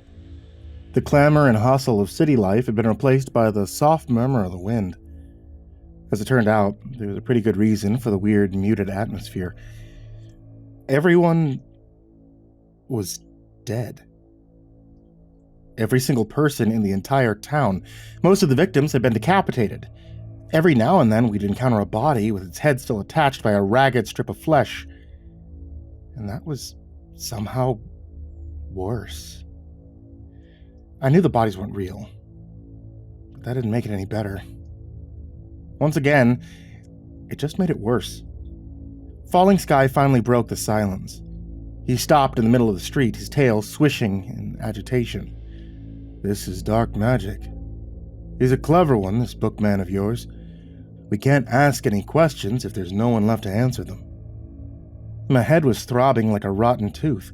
I rubbed my temples again and suppressed the urge to start screaming. I grumbled. "Yeah, this is definitely a setback. Population sign of the city limits claim just over 40,000 people. It'll take forever to check out every parlor room in town. It's gonna be a lot of frickin' houses. I don't even know if I would recognize it, to be honest. Her habitat might be different from the original room." Falling Sky grunted. "Well, either way, get off my back. Ride's over. And remember what I said to you back at the farm, Billy Whitebread. Never tell anyone you rode on my back. That stays between us until the end of days." I awkwardly dismounted from his back and snorted. "Tell who? I'm not even supposed to be here. I doubt Vic would be okay with any of this shit. You know what I mean? Anyway, what now? I think we're screwed." I started to walk around in the street in aimless circles, deep in thought. I was gripped by a sense of impending doom. Dead bodies lined every street in all directions. They were hanging from open windows and dangling from carriages. Hundreds of bodies, thousands of them, as far as the eye could see. I could hardly wrap my head around it. "We don't need the spirit world for this part of our journey," Falling Sky answered in a wry tone. "The place you're looking for exists in the present." Understanding struck me like a bolt of lightning. I said, "We need to go back. Wait for me and your Hogan until I find some answers. I'll try to be quick, but I don't know. I don't even know what I'm looking for." Falling Sky gave me a wondered look. He said, "Take me with you." "Come on, I never get to go anywhere." I shook my head and snorted. "Are you nuts? There's all those microphones and cameras and shit. If Vic found out you left your habitat, he'd let Len throw me off a rooftop. And after that shit I pulled on him a while back, Len would be more than happy to oblige. He isn't my biggest fan these days." The skinwalker stomped his hoof in a petulant display of disappointment. He flared his nostrils and retorted, "You said Vic doesn't know what happens around the zoo. I'll turn into a field mouse and hide in your pocket. He'd never know." I rubbed my temples and muttered, "Well, Kaz would know. And I'll be honest with you, man, I'm not sure if that would be such a good thing." Falling Sky did a double take, trotted closer to me. He lowered his voice and whispered, "You think Casimir is the informer?" "You don't have to whisper. It's not like Kaz could hear us. Look, I don't know for sure, but maybe yes, maybe no. Vic killed his assistant because the dude was plotting to sabotage the zoo somehow, but how did Vic even find out? I mean, I doubt this dude was running his mouth about his plans, but I can see how it might be tempting to share the secret with someone close to him. You get what I'm saying here? So, yeah. I don't know anything for sure, but I have my suspicions." The horse shimmered and flickered for a moment, and then Falling Sky was standing before me in all his human glory. He squeezed my shoulder and said, "Suspicion is always better than blind trust. All right then. I'll just take it easy and watch TV in my Hogan for a while." He smirked at me and added, "Don't forget, you drank the tea. Me, I'll be fine, but you? This should be interesting. Another story for the ancestors. Oh, and they're gonna love this one." I grimaced at him and said, "Hell. Yeah, I forgot about that. This is gonna suck. But it is what it is. Okay, man. I'm as ready as I'll ever be. Let's do this." I closed my eyes, and I imagined I was hanging onto that rope again. Only this time, I didn't let go. Instead, I climbed to the top, my body weightless and ethereal in the nexus between life and death. When I reached the top of the rope, I opened my eyes to the real world. Unfortunately, in the real world, I was a hot, sloppy mess of a human being. Nausea hit me with a closed fist, and I collapsed onto my hands and knees in the sand. Falling Sky shook his head at me as a spray of puke poured into the dirt. He said, "The sacred tea isn't for beginners. It's heavy. Very heavy. You should probably just hide yourself away in my hogan until you come down. Go watch TV and smoke some tobacco. What do you say? I'll turn on the lava lamp. We'll ride the waves." I squeezed my eyes shut and moaned. I'm regretting this pretty bad. I can't do this. I was wrecked. No joke. My thoughts were skittering around my brain like alien spiders. The world around me was a soft, focused nightmare of contrails, monstrous shapes, and shifting patterns. I could hardly bear to open my eyes. The intercom came to life with a loud click, and Casimir's voice crackled over the speakers overhead. "You require assistance, Billy. You don't look like you're doing very well." I flapped my hands in a dismissive gesture and yelled back, "No, I'm good. I don't need anything. Just give me a minute, okay?" I turned back to the skinwalker and croaked, "Give me a hand over here. I'm not sure if I can walk on my own. The floor keeps moving." Falling Sky made a rude noise with his lips and said, "Unless you're done getting sick. No offense, Billy, but I can't take it when people throw up. The sound, the smell, no thanks. Makes me want to throw up too." I gritted my teeth and groaned, "Just come here for a second, man. I gotta tell you something, okay? He was already shaking his head no. I snarled, "For fuck's sake," and forced myself to stand up. I just had to ride the waves. How hard could it be? I took a deep breath and told myself, it's not real. None of it is real. Just ignore what you see. Put one foot in front of the other. I grew more confident with each step. Falling Sky clapped me on the shoulder as I drew closer. And he said, "That's it, Billy Whitebread. Just stay afloat. You'll be okay." He ushered me into his hogan and tried to make me sit down in a chair made of woven branches. I said, "No, I'm okay now. Kind of okay. Listen, man. I changed my mind about you staying here. I need someone who's got it together, and Kaz already said that he doesn't want to get involved. I mean, even if he did want to help, we can't both be inside the habitat at the same time, so it's got to be you. No other choice." A smile spread around the skinwalker's face. He rubbed his hands together and said, "My physical being hasn't been outside these walls for many years. Gonna enjoy this." I softly replied, "Keep it down, okay? Listen, don't get any ideas about escaping, okay? We're going straight to Catherine's habitat, then we're coming right back. Remember, Vic knows your true name. If you manage to get past the goons, Vic will speak it out loud just out of spite, okay? As long as he can still talk, you're stuck here in the zoo." Falling Sky held up his hands and protested, "No need to get firm with me, Billy. I'm just happy to be doing something new." I growled, "I'm glad you're having a good time. Me, not so much. Your face is melting, walls are breathing, everything's fucked. I just want to curl up in a ball and start babbling about the universe. I can hardly think straight. This isn't fun, man. It sucks." Falling Sky shook a finger at me and countered, "Maybe you're the one who sucks, Billy Whitebread. You ever thought of that? You have a good heart, yes, but you're always complaining.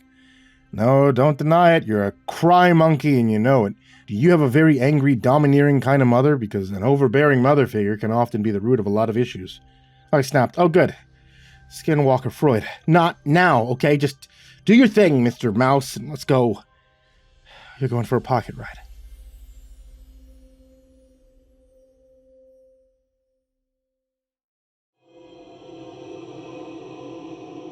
Kaz raised an eyebrow at me as I came stumbling into the service tunnel.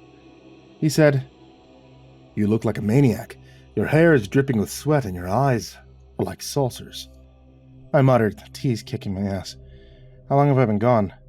The big Russian gave me a ghost of a smile as he gently said, "You did not go anywhere. You sat on a log for perhaps 10 minutes, then you began to vomit into the sand."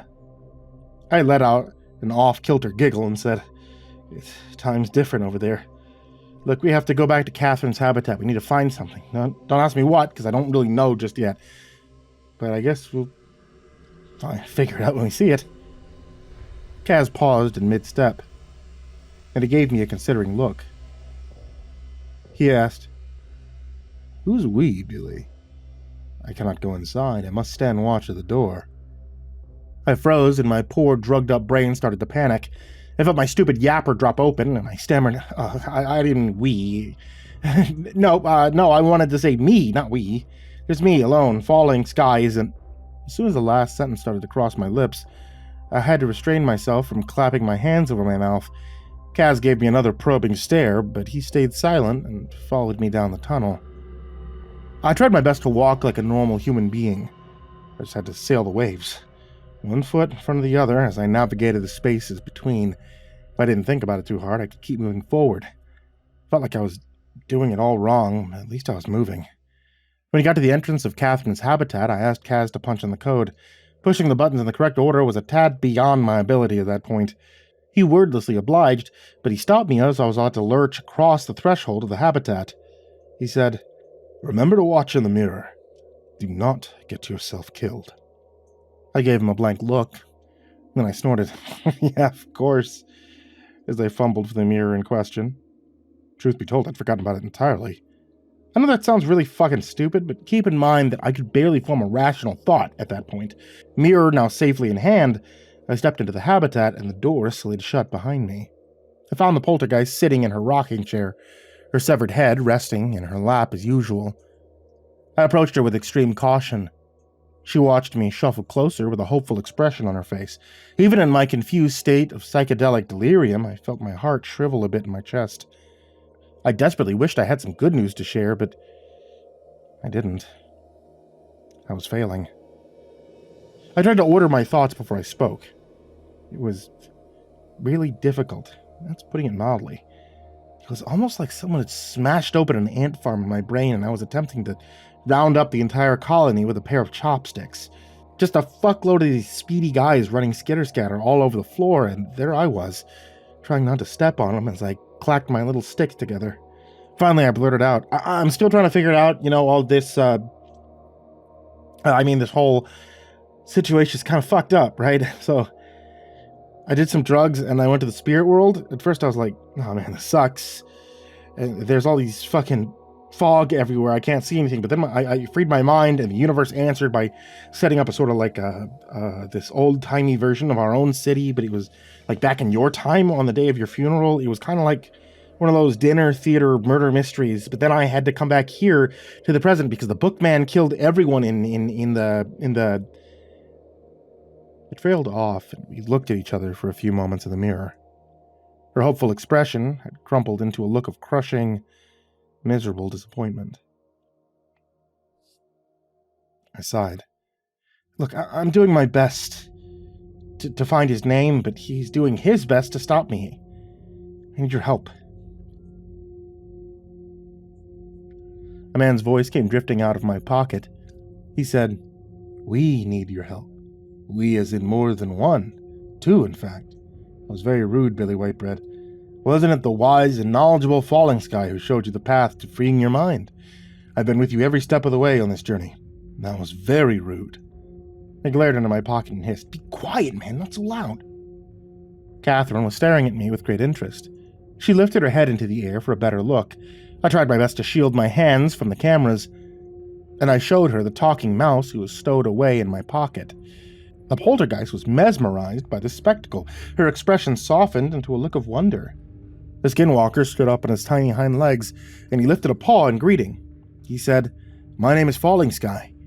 We want to help you, Catherine, but we need to learn the bookman's real name. Do you know what it is?" Catherine silently mouthed, "No," and her lower lip started to quiver. Tears welled up in her eyes.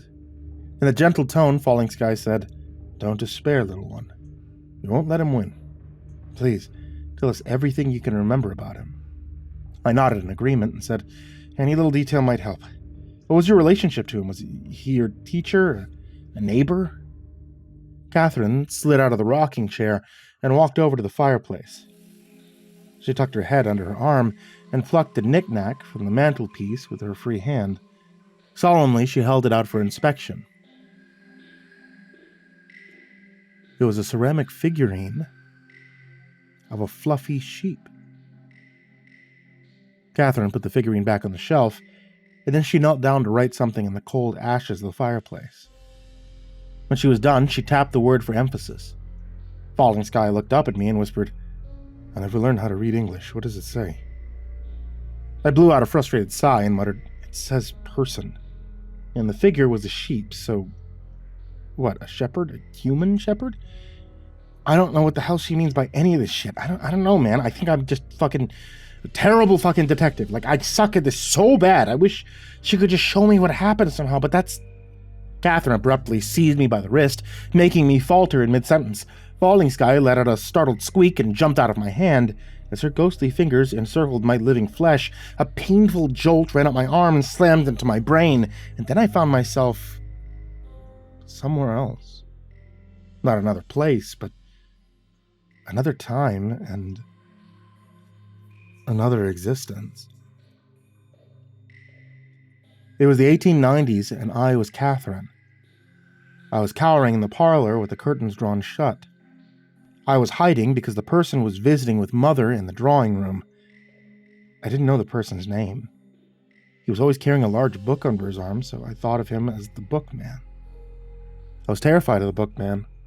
He was very tall, and his demeanor was cold and stern. He was always surrounded by a disagreeable odor of old pipe tobacco and animal dung. When the weather was foul, the Bookman wore a long black coat with a hood that hid most of his face. All you could see was his curled smile, and the rest was obscured in shadow. All of this was frightening enough on its own, but the real reason I was afraid of the Bookman was his smile. There was something awful lurking behind that carotid, nicotine-stained grin. He was hungry. Mother couldn't see it, but I could. I didn't know what he was hungry for, but I could sense it was very bad. Mother often referred to the Bookman as our good shepherd. But he wasn't a shepherd at all. He was a wolf. Mother didn't understand why I was afraid of the Bookman, and try as I might, I couldn't seem to adequately put my fear into words. She thought it was all very silly. I knew my fear of the person made her quite annoyed with me, so whenever he came to our house, I just tried my best not to be seen. I sat there in the gloom and listened as their voices drifted down the hall from the sitting room. Mother laughed at something the Bookman said. And then the voices began to move further away. Before long, I heard the front door open. When it closed again, I felt a flood of relief wash through my entire body. He was gone. I pulled the curtains back, and the pale light of a gray afternoon illuminated the parlor. Mother called out, "Catherine! I must be off to do the shopping. Mind yourself while I'm gone. Stay out of mischief. And don't open the door for strangers." She stepped out into the porch. The deadbolt slid home, and I was left all alone in our big, silent house. Mother was still searching for a new governess, and the maid only came on Tuesdays and Fridays. I wandered about the house for a while, and then I selected a picture book from the bookshelf and sat down in my rocking chair. The rocking chair had been gifted by Father on my 7th birthday. When you're only 7, everything around you seems like it was made for a giant, but my rocking chair was perfect for me and only me. In my opinion, it was the finest chair in the whole world. I sat there, rocking and daydreaming, with the book forgotten in my lap, when I was startled by a rapid knocking at the front door. I peeked out the window to see who it was, and my heart crawled into my throat. It was the Bookman. He had returned, and Mother wasn't here to protect me from his hungry smile. He saw the curtain twitch, and he stared at the window with narrowed eyes. I dropped to the floor and huddled against the wall. The Bookman knocked again, and then a third time. When no one answered, the Bookman finally turned away. I heard his boots clomping down the steps, and then there was silence. I waited for a minute or two before I dared to peek out the window again. There was no sign of him in the street. I let out a huge sigh of relief, and I ran back to the parlor. I rounded the corner and crashed into his legs. While I had been cowering and praying for him to go away, the bookman had slipped to the back of the house and pried open a window. I staggered away from his savage smile, my heart slamming in my chest. I wanted to run, but my legs felt sluggish and heavy. I tried to yell at the top of my lungs, but nothing came out except for a tiny squeak of terror. His eyes glittered in the dim light of the gray afternoon. He stooped down to look into my face, his hands planted on his knees, and he said, "Such a pretty girl. Do you believe yourself to be innocent? You're not innocent. Not at all. You're an unrepentant sinner. Isn't that so, Catherine? Or should I call you by your true name? Lilith, Jezebel, harlot." I cowered against the wall. The bookman leaned even closer. He was breathing heavily and his breath was hot and putrid. He crooned, "It's written in the good book. The faithful will bring their children to see the shepherd so he can lay his hands on them and pray." The bookman inhaled deeply, savoring my fear like the finest perfume. He continued, "The disciples rebuked their presence, but the shepherd told them, 'Suffer the little children to come unto me, because anyone who doesn't receive God as a little child, he shall not enter heaven.' Do you understand the meaning of his words? I want to save you, my child.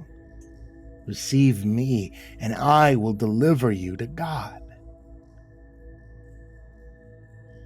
I suddenly became aware that his hands were tugging at the fastenings on my dress. My paralysis finally broke. I darted past him and ran for the door, screaming for Mother with every step. The bookman caught me as I was pawing at the deadbolt.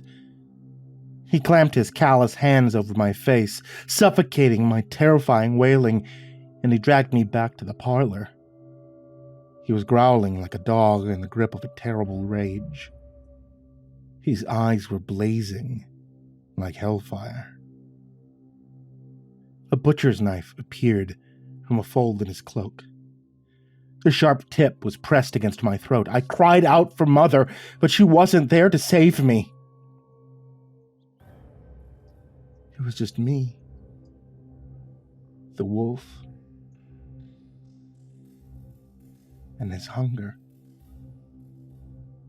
Panting his foul breath into my face, the bookman snarled, "You will receive me, young Jezebel. You will receive me. You will receive me." The blade was shoved into my neck, and I felt a sharp snap across my entire being, like a rubber band that had been stretched to its limits, then released to fly across the room. In the next instant, I was curled up on the floor in Catherine's habitat. Back in my own time. I was screaming. Falling Sky was running in agitated circles on the floor, and Casimir was demanding to know what the hell was going on over the intercom. I sat up and wiped a stream of tears from my eyes. My heart was pounding in my chest. I called out, I'm okay, man. Fucking hell. I'm okay." I cleared my throat and added, "Just hang on a minute." I scooped up Falling Sky with trembling hands, and I tucked him back into my pocket. I whispered, "Stay quiet, man, we're almost in the clear." He whispered back, "I thought you were dying, Billy Whitebread. Glad you're still alive." I let out a shaky little breath and murmured, "Me too, buddy. Me too." Kaz was waiting with crossed arms and a stern look as I exited the habitat. He rumbled, "You fell to the ground and you began to scream. I'm starting to wonder if I should allow this to continue." I closed my eyes against the undulations of the walls. was making me feel sick. I croaked. She reached out and grabbed my arm, and then I watched it happen through her own eyes. Her murder. I fucking saw who did it, Kaz. Starting to think that it was, the whatchamacallit, at the church. The clergyman or whatever, He was, conveniently absent when we visited the church, and I thought it was kind of weird. Plus the whole thing about the book and teaching and shepherds and sheep and all that shit, But this guy, I don't think he was a preacher. He looked pretty rough. He smelled like sheep shit. I think he was a shepherd, like an actual shepherd, not a metaphorical one. Kaz gave me a vaguely puzzled look and said, I have no idea what you're talking about, but I believe you. Never mind, man. Just a bunch of stuff that happened on the other side. It's I don't understand why a dude like that would ever be a regular guest of a wealthy family, especially back then. And there's that book that he was always carrying under his arm. What was it? I kind of assumed it was a Bible, but now I'm not so sure. Casimir looked thoughtful. He said, perhaps he butchered his own livestock and delivered the meat to clients around the city. The book could be a business ledger where he would write down dates and payment information. It is possible. I frowned in concentration, mulling it over, and shook my head. I don't know, but I'm going to find out. I'm going to go back and find this evil motherfucker, back to the spirit world. Casimir looked troubled. He peered down at my sweaty, pallid face and asked, are you sure this is a good idea? You look terrible. I snorted. Well, let's see. I'm high as fuck, and I've seen a zillion dead bodies tonight, not to mention I was just horribly murdered in a ghostly vision, so how am I supposed to look, man? Jeez, give me a break over here. I hesitated. I sighed. Man, I want to level with you here, okay? I might be in danger. I felt an angry little scuffle in my pocket, and I added, Falling Sky too. We're both probably in danger. The bookman, he isn't an ordinary spirit. It's like he became something a lot more dangerous. I think he's trying to avoid, actually fucking killing us, but it's not because he's a nice guy. He's pretty much pure evil, and believe me, this guy is going to do what he needs to do. Kaz winced at the news, and he gravely shook his head. We already have a vengeful necromancer who sends resurrected bodies to murder us. Do you really need this in your life as well? See, this is what you get for meddling in the affairs of the undead. Very well, Billy. Do as you must. All I will say is that Victor will be very displeased when he has to start looking for another assistant. I grumbled. Okay, man, yeah, thanks for the pep talk. Then I headed back to Falling Sky's habitat. Kaz followed behind with a bemused expression on his face. This time I was able to ignore the landscape of rippling walls and visual distortions. I was starting to realize that our world is basically a mirage. There's a lot more stuff around us than we could ever perceive, let alone understand.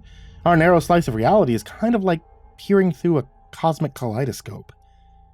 It can completely change with the smallest twist of the lens. In the end, the only constants are good, evil, and our profound inability to truly understand either one. Humankind is lost in a shadowland of deceitful specters and sinister illusions. We're blind to the truth, and I fear we'll never be able to see the light.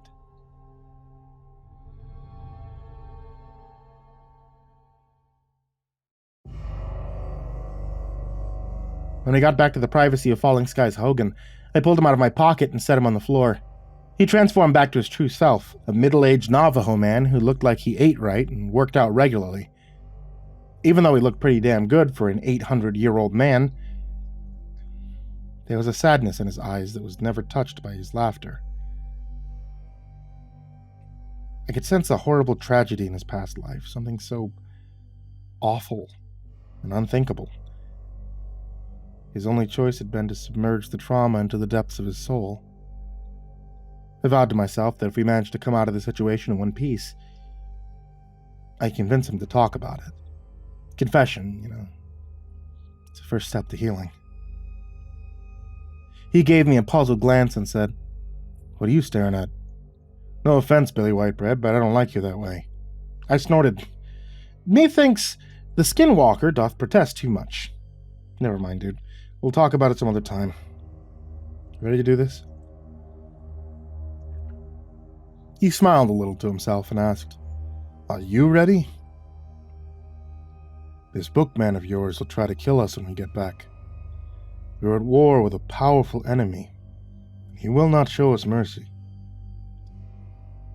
He softly replied, Yeah, I know. Preying on the weak and innocent. That was his pastime. He was a serial killer. Wonder how many women and children he victimized when he was still alive. The skinwalker gave me a grim look. He said, Even one is too many. He thinks he's untouchable. He's never gone to war with Falling Sky and Billy Whitebread, has he? He's about to get an unpleasant surprise. I nodded and said, I hope so, man. I really do. Shitbags like him, they like to operate in the dark. So we'll have to drag him into the light. And then we'll let him burn. We locked eyes with each other, and the physical world fell away in strips and fragments. We were going back to finish what we started. We were going to war.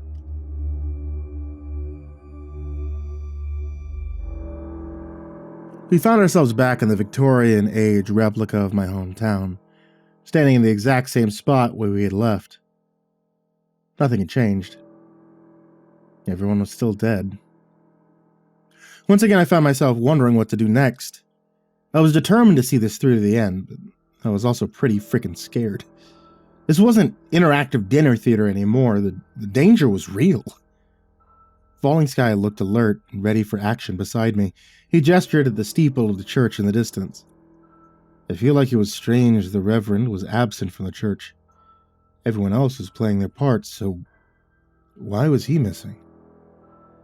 I shrugged and said, yeah, I was wondering about that too. But the guy who killed Catherine was, I don't know, kind of weathered looking? Like he spent a lot of time outdoors. I think he was either a shepherd or a farmhand. He definitely smelled like he worked around livestock.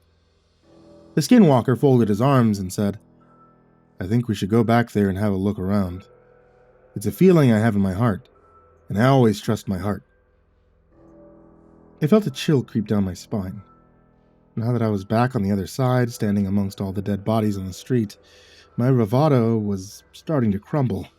Yeah. I think he's probably connected to the church, but how? If he isn't the Reverend, then he must be a member of the congregation. All I know for sure is that we've got more questions than answers. Honestly, I'm starting to wonder if this is a good idea. Falling Sky gave me a somber look. He asked, Are you afraid? This is the most important question. Reluctantly, I said, yeah, sure. Why wouldn't I be scared right now? I might get killed. I'm not ready to stop living, man. Look, I'll do what I gotta do, but I'm hoping we don't have to, that this all ends with a peaceful resolution. Falling Sky crossed his arms and said nothing. His expression was neutral, but his silence felt like an accusation. I snapped, What? It's not weird to be scared of a supernatural murderer, is it? He killed a whole friggin' city full of people. And they weren't even alive to begin with. It's like, jumping into the Saturday comics and killing Snoopy. But not just Snoopy, but all of them. The Yellow Bird, Charlie Brown, Linus, the mean girl with the dark hair, piano kid. Even the dirty kid. What's his name? The kid that was already surrounded by that big cloud of dust. Look, I'm just saying, this guy's dangerous. I don't want to die. Some of us can't turn into a bear. You know what I'm saying? The skinwalker just stood there, looking at me, not speaking. I felt my face get red. I slapped my utility belt with both hands and sputtered, What do you want from me? Seriously, I don't even have a weapon. I got fuck all over here, man. My squirt gun do anything? I doubt it. How about the garlic? Oh, look, here's some stupid little beads. What am I supposed to do with this shit? This whole thing is it's so fucking stupid, you know? I trailed off beneath the weight of his gaze. I knew what the skinwalker was thinking, and as much as it pained me to admit the truth to myself, he wasn't wrong. I murmured. It was a stupid idea. I don't know what I was thinking. What are we even doing here, man? I'm not a detective. I'm not a ghostbuster either. I'm not even a good caretaking assistant. For crying out loud, I'm just a lazy dirtbag who doesn't friggin' think before he acts. I shook the beads at Falling Sky and sputtered, man, I want to help this girl. I really do. I mean, I saw her death. I felt it. That fucking guy needs to burn. Or like,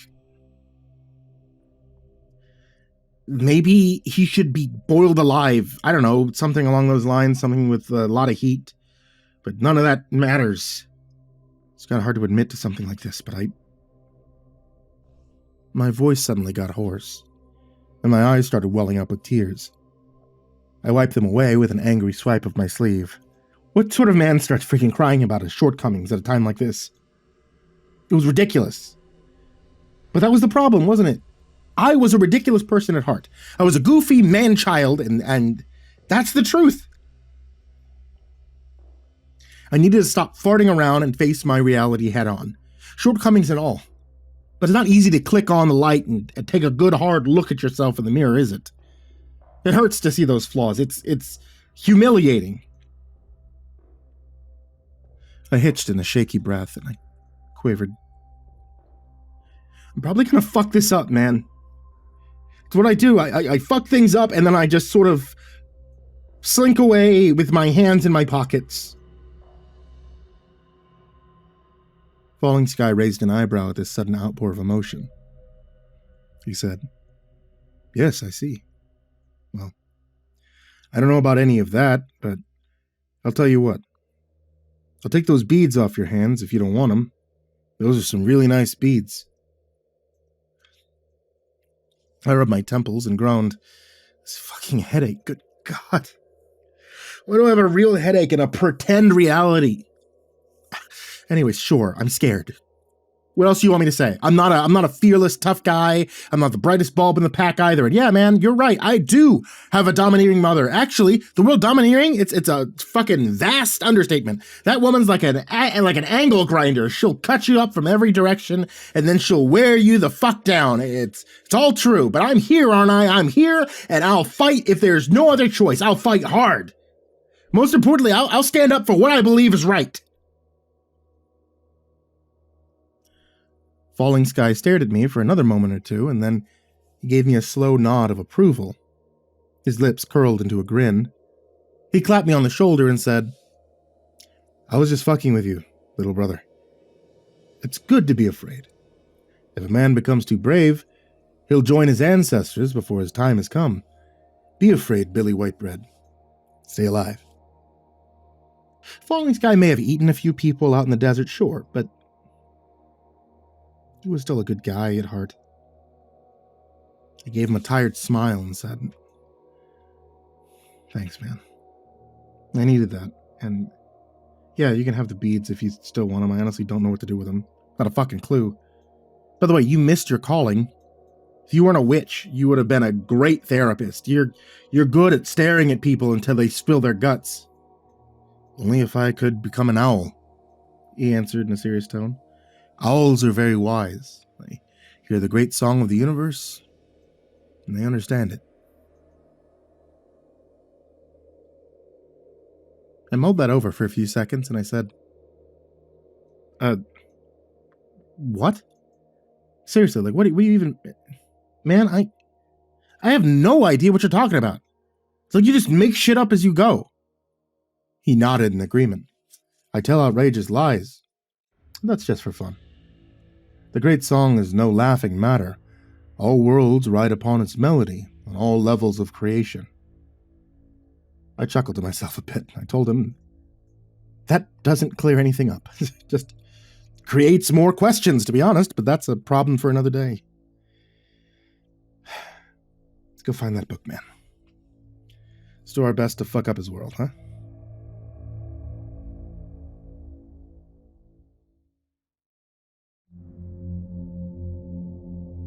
We navigated through the corpse-laden streets of St. Michael's Church. As we stepped onto the church grounds, the bell started to ring. I almost jumped out of my skin. It rang 13 times, and then it stopped. He murmured, "That's pretty ominous. I guess he knows we're here." The doors to the front entrance were standing open. We shuffled inside, both of us tensed to either fight or run if something tried to grab us. I found a guest book near the door, and I took a peek inside. In large block letters, someone had scrawled the words, "Turn back or die," across every single page. I snorted. Yeah, too late, friendo, and closed it with a muffled thump. I turned and saw Falling Sky wandering towards the pulpit. He stood in front of the podium and pulled his war club from its leather holster.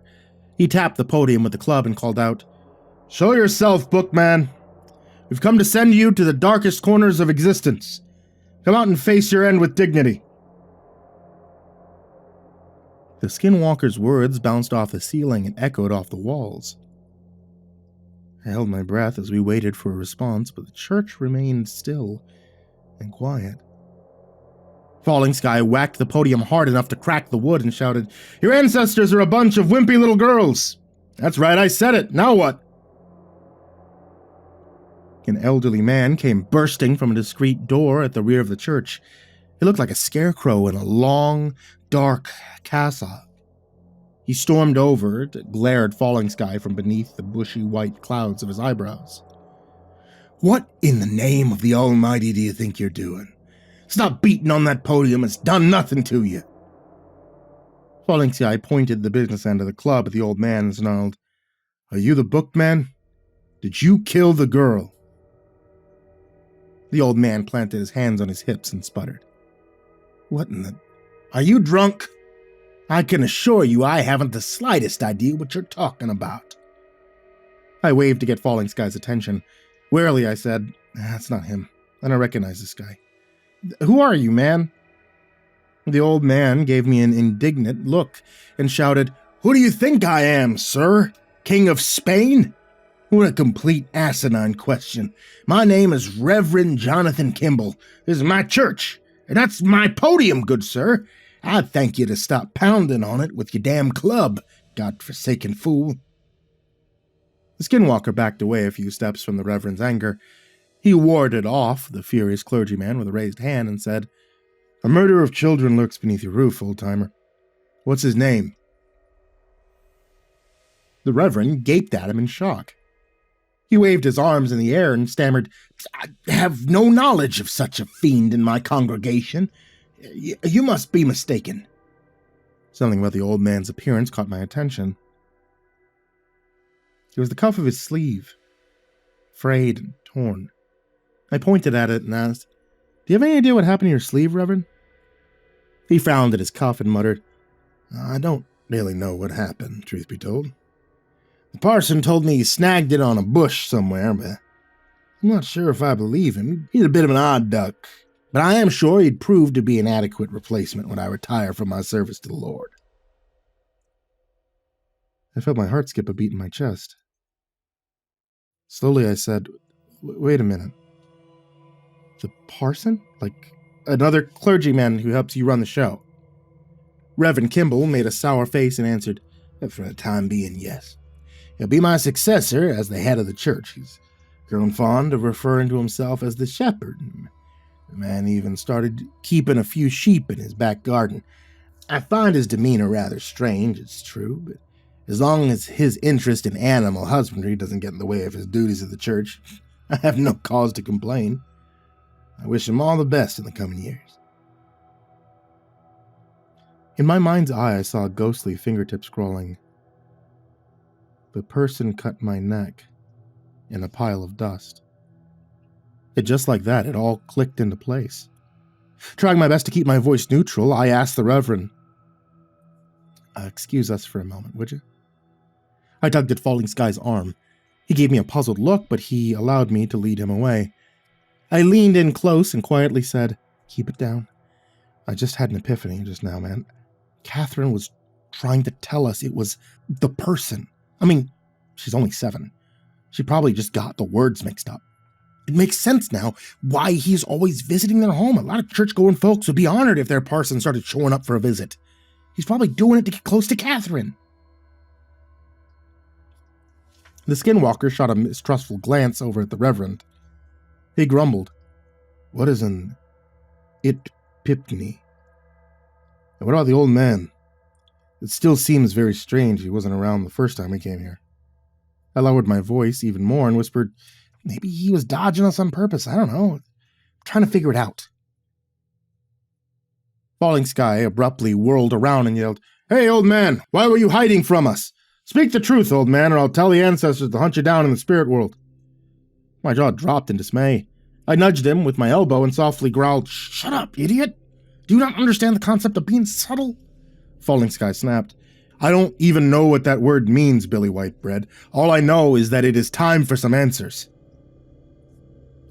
Reverend Kimball was giving us a look of utter confusion. He sputtered, "I'd never hide from my congregation, sir. I was called away by the parson. He's preparing a sermon for an upcoming service. He wished to discuss the true meaning of Matthew 19:14. I gave him a blank stare in return. My family had never been very big on going to church. I didn't know much about the Bible. I asked, "What's Matthew 19:40? I'm sorry, but I don't have a clue what you're talking about." The Reverend glared at me with contempt.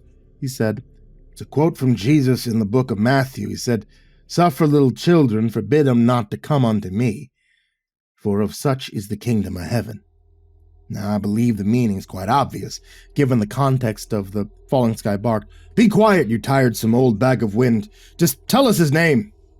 Reverend Kimball stammered, Whom you be referring to, the parson?" The skinwalker and I both shouted, "Yes!" And the Reverend flinched.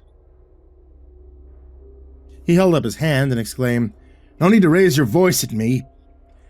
His name is William Finley." Ah! The Reverend was interrupted by a sharp metallic object that suddenly burst through his neck.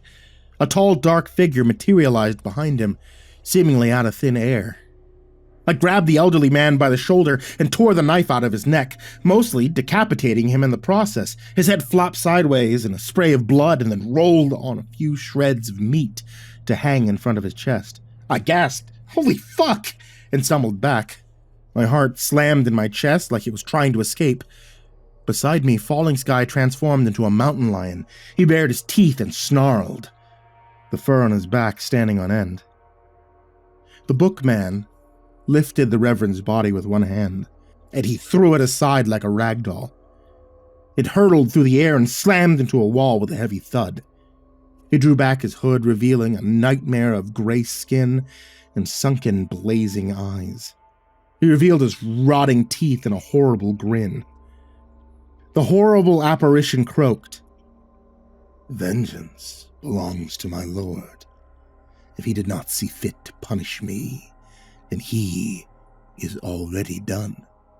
Why are you trying to challenge the authority of the Lord?" I tried to speak, but my tongue was glued to the roof of my mouth. The bookman was practically radiating a shadowy and sinister force. I could feel it prickling at my skin. He wasn't just a malevolent spirit, he was something much, much worse. Falling Sky crouched down low and hissed, "Be gone, demon. You have no business in the spirit world. Leave this place and return to the void." The bookman looked darkly amused. "I am no demon. No, I am only a humble clergyman in the service of his Lord. You should have stayed clear of this business, you damnable fools. I gave you many warnings, but you paid them no heed. I have no choice but to release your souls into the spirit realm." I sneered. "The fuck off! You don't serve any higher power. You're not a holy man. You're a frickin' psycho, and you're full of shit." I tried my best to sound brave, but my voice quavered. The bookman bared his decaying teeth in a coy smile. He groaned, "Oh, you are gravely mistaken. My lord is terrible to behold. His body is that of a serpent, and his eyes glitter from within the skull of a canine. At the end of creation, It will be I who sits at his left hand. It will be my reward for my faithful service, and you will not interfere with my reward, you wretched little bastard." He moved so fast, I didn't even see him coming. Falling Sky, however, had the reflexes of a cat. He pounced just as the bookman was swinging his knife. The tip barely grazed me, drawing a thin line of blood across my neck, and then they were rolling across the floor in a snarling tangle of limbs. Falling Sky emitted a shrill shriek of agony. His cry broke my paralysis, and I lurched after them on trembling legs. My water pistol in hand, I screeched, "Eat it, bitch!" and I sprayed him in the face with liquid silver nitrate. It got in his eyes, and he let out a guttural roar. The bookman sprang to his feet and heaved Falling Sky with one hand, tossing him like a sack of potatoes. He skidded into the prayer desk, sending it tumbling in a cascade of papers. I ran to his side and screamed, "Get up, man! Come on, we gotta run!" Falling Sky mewled faintly in response, and then his eyes rolled into the back of his head. The bookman had slashed him deeply across his furry underbelly. Blood was rolling across the floor in a puddle. I dragged him into my lap as the bookman advanced on us. I was dimly aware that I was screaming at the top of my lungs. I'm not ashamed to admit that I pissed myself a bit, too. Just a little squirt, perhaps. But it definitely happened. In my mind's eye, the floor became ice as we transformed into hot lava. We melted out of sight just as the bookman was reaching for my throat, and we plummeted through an undefined space of nothing and nowhere. I could hear a sound like white static in the background, and I became aware of a brilliant thread of light in the distance. It appeared to stretch forever in both directions. It was breathtaking, and it was somehow also terrifying. A thin, piping voice of King Mercus popped into my head, and it asked, "Can you see the thread?" And then we were both sprawling out on the floor in the skinwalker's habitat, as if we'd fallen from a great height. His blood immediately began to gush into the sand, and I sat up and shouted, "Kaz, he's hurt really bad, help me!" The speaker crackled overhead. There was a long pause, and then Kaz replied, "You're placing me in a difficult position. We cannot both enter the habitat at the same time." I shrieked, "Come on, fuck the rules, man. We gotta bring him to Miss Dahlia right now or he's gonna die. Get in here, help me, goddammit." I started dragging Falling Sky across the sand, and I heard a hiss as the pneumatic door lock slid back. Kaz gently pushed me aside, and he scooped the unconscious beast into his arms. His expression was grave. He rumbled, "Victor did not employ us to play detective. If the skinwalker dies, we will join him soon after. Pray that he lives." Kaz whirled and ran for the door. I was hot on his heels, tears streaming down my face. Falling Sky was no longer just another exhibit at the zoo. He was my friend. Vic would surely fly into a rage when he heard about my shenanigans, but that was unimportant at the moment. All that mattered was my good friend Falling Sky, the man-eating shaman with a heart of gold. I didn't care what happened to me later, as long as the skinwalker was allowed to stay among the living.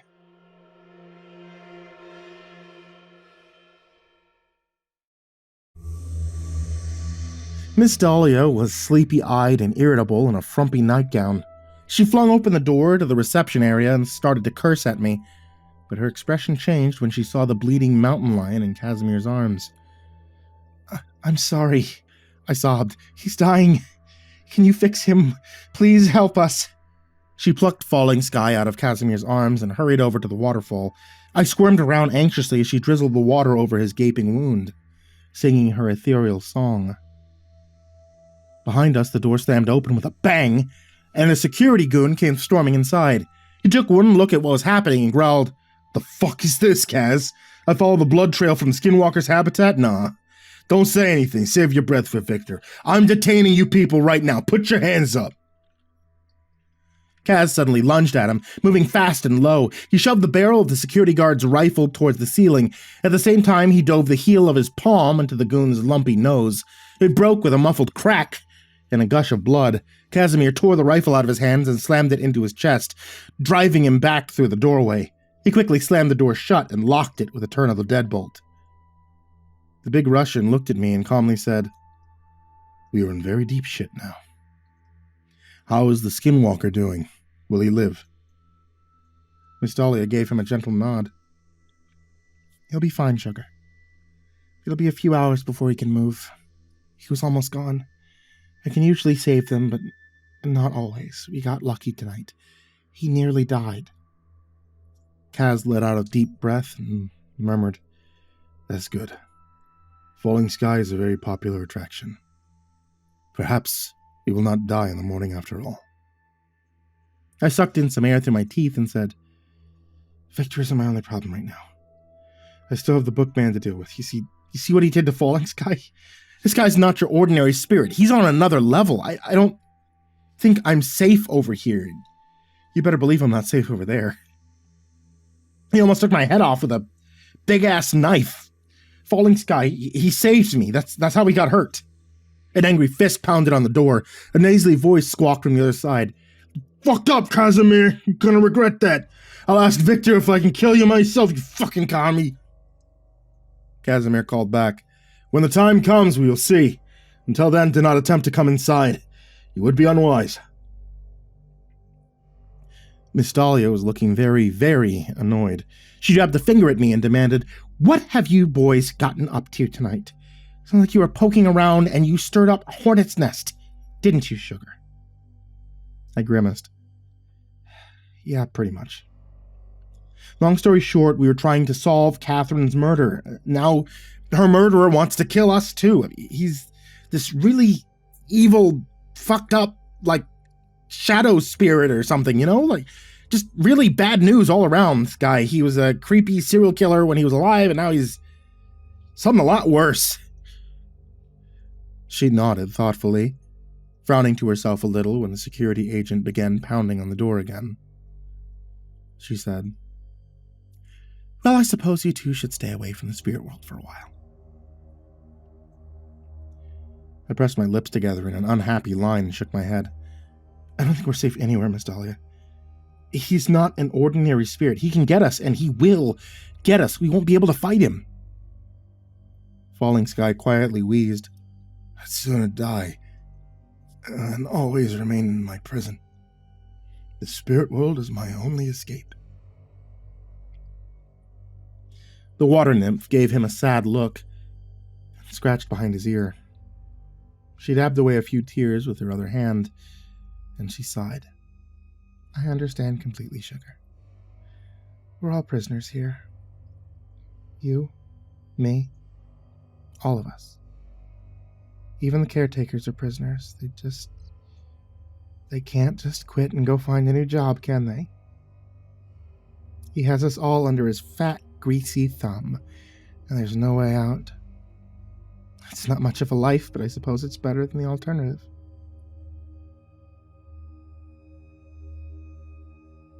I felt a sudden thickness in my throat. Everything was fucked, you know? Everything was so messed up, every aspect of our lives, and it was all because of Vic Bonicelli.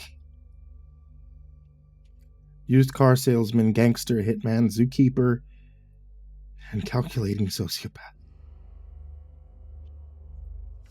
He could greet you like an old friend. He could stab you in the eyeball. It's all the same to Victor Bonicelli. The incessant pounding on the door abruptly stopped.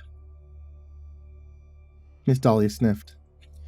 "Thank God, that was driving me crazy."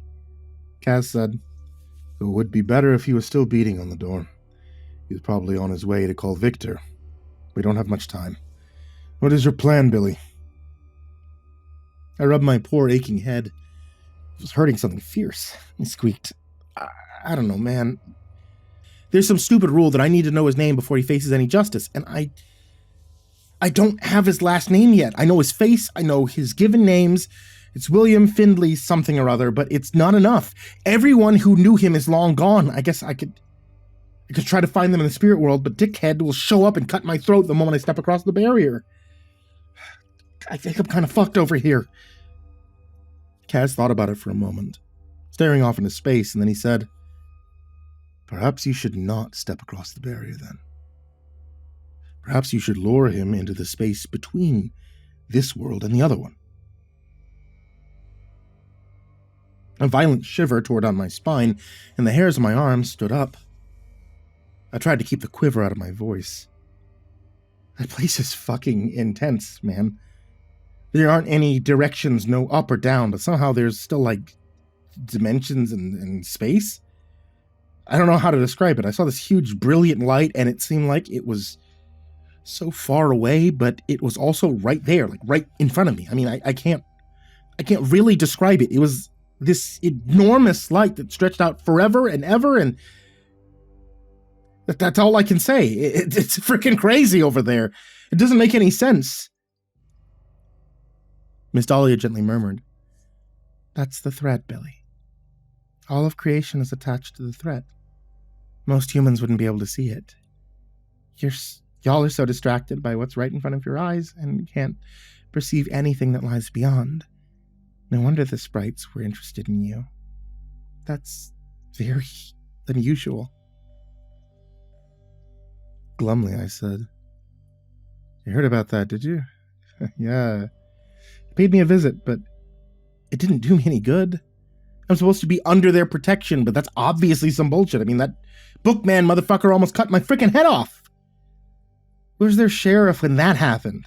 He was nowhere to be seen. If it weren't for Falling Sky, I would have become a permanent resident of the spirit world." Miss Dahlia patted my hand. She asked, "Who, Sheriff Blotto? Is he still kicking around?" "Well, I imagine he already knew you weren't going to die. The Fae can see into the future. I mean, they can't see the end of days, of course. That's a given. Not even the demigods or the demons can see that far. But they can see, so don't write them off just yet." I scoffed at her and said, "What about him?" I pointed at Falling Sky, who's still curled up in a miserable ball on the floor. She gave me a shrug and said, "The Skinwalker doesn't have their protection. He doesn't need it. He's a tough cookie, and he knows what he's doing. You? Not so much." Kaz clapped his hands together and growled, "Enough talk. You need to act. Victor will be here soon. I will not stop him from entering the room. I have done too much already." I snapped. "Fine. I'll go back to, whatever you want to call it, the place in between us and the dead.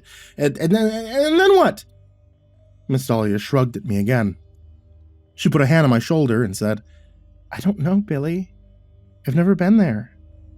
But I do know that the universe abhors an imbalance.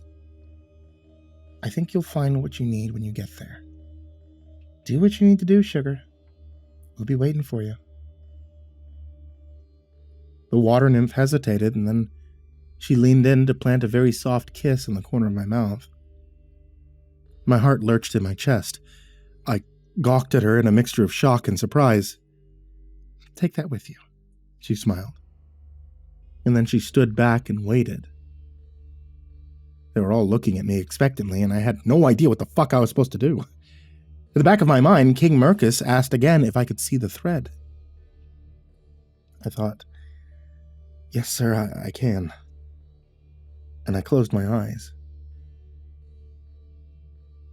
This time I imagined the floor was lava, and it was me who was made of ice.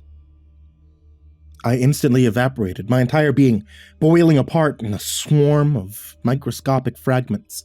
The cloud floated into the air and passed through the ceiling overhead. There was a feeling of gentle resistance, like I was forcing myself through a veil of gauze, and the parts of me reassembled in a strange and unknowable realm.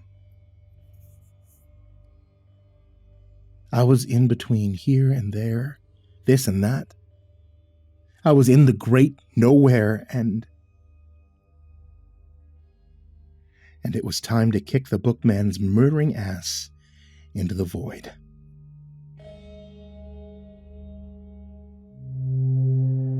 The human mind can't fully comprehend what lies in between the world of the living and the land of the dead. When you're in between, there's no such thing as space or dimensions. There is no up or down, width, length, and height. They're mostly a suggestion, never a rule. Likewise, time has no meaning at all. There's only now, and after that, a different now. You can also be in the now that just happened, now sometime in the future, and a now from the very different past. For those of us who normally exist in a linear timeline, it's nothing short of a nightmare. There's no place for the living or the dead. It's the realm of the immortals. We call them demons, demigods. The immortals can enter our reality at will, at any point in time or space. The only mortal beings who can replicate this feat are the sprites. They hear the great song of the universe, and they understand the meaning of its intricate melody. The great song is generated by the vibration of the thread. According to the succubus, the thread was plucked by the finger of the creator at the exact moment it came into being. First came the thread and the song, and then the sprites, who were created the very next instant. All other events in our timeline began after the sprites became aware. Their collective consciousness will be the last thing to disappear at the end. The sprites are the official rulers of all the Fey folk, and Mercus is their king. The sprites have the ability to manipulate the thread of existence. They can alter the timeline by interfering with an event, or they can create a new reality by introducing an event that otherwise would have never occurred. They may not be gods, or even demigods, for that matter, but they wield enormous power. However, for all their incredible might, the sprites are still mortal. They'll exist until the end of days, but when the last gasp of energy flickers out in the void, they'll be gone. The place in between is the realm of entities that were never alive, and therefore can never die. These creatures are familiar with mundane concepts such as time, space, mortality, and income taxes, but none of it affects them. The immortals either regard us as cattle to feed their various desires, or they don't regard us at all. Long story short, we don't have many friends over there. In conclusion, it's all way beyond the understanding of our primitive little brains. Nonetheless, if you can achieve a higher state of perception, perhaps with the help of a skinwalker and his potent psychedelic tea, it may be possible to break through and enter the realm of demons. Well, you won't like it, but you can go there. I wouldn't recommend this experience, but sometimes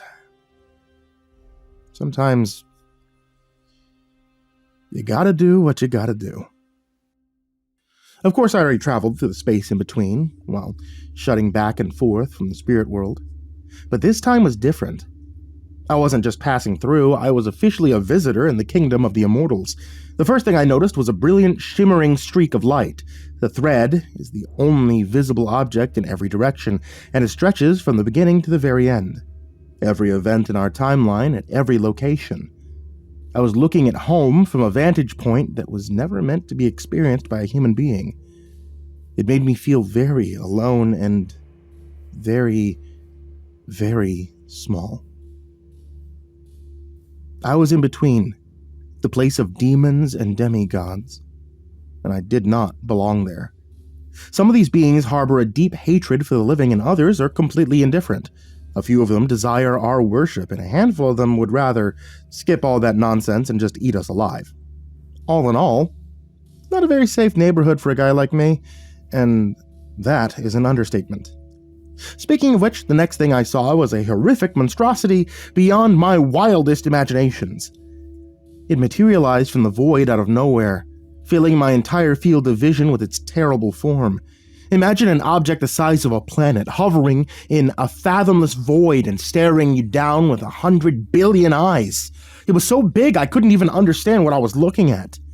It was just a gigantuan blob of darkness and evil. I started to scream, and the cosmic gorgon was abruptly replaced by a gorgeous woman in a red dress. It was the actress Kelly LeBrock, looking exactly as she had appeared in the mid-80s rom-com movie The Woman in Red. I had a quick flashback of peeping around the corner at my parents watching their grown-up movie on the VCR. The woman in the red dress made guest appearances in my dreams for months. She was eventually replaced by Samantha Fox after I saw one of her music videos on TV. Apparently the woman in the red dress was still lurking around in my subconscious because there she was, in the flesh. I blubbered, "You're the succubus, right? I mean, the one from the zoo?" She giggled. "There are many demons, but there's only one succubus. I'm sorry I gave you a fright, but as I already told you, my true form is, it's a bit overwhelming. Do you like this better? You used to dream about marrying the woman in red. Do you remember that?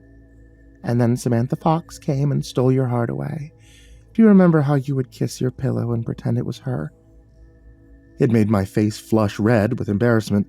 I mumbled some half-assed denial, and she purred, "You can't lie to me, dear. I already know the truth.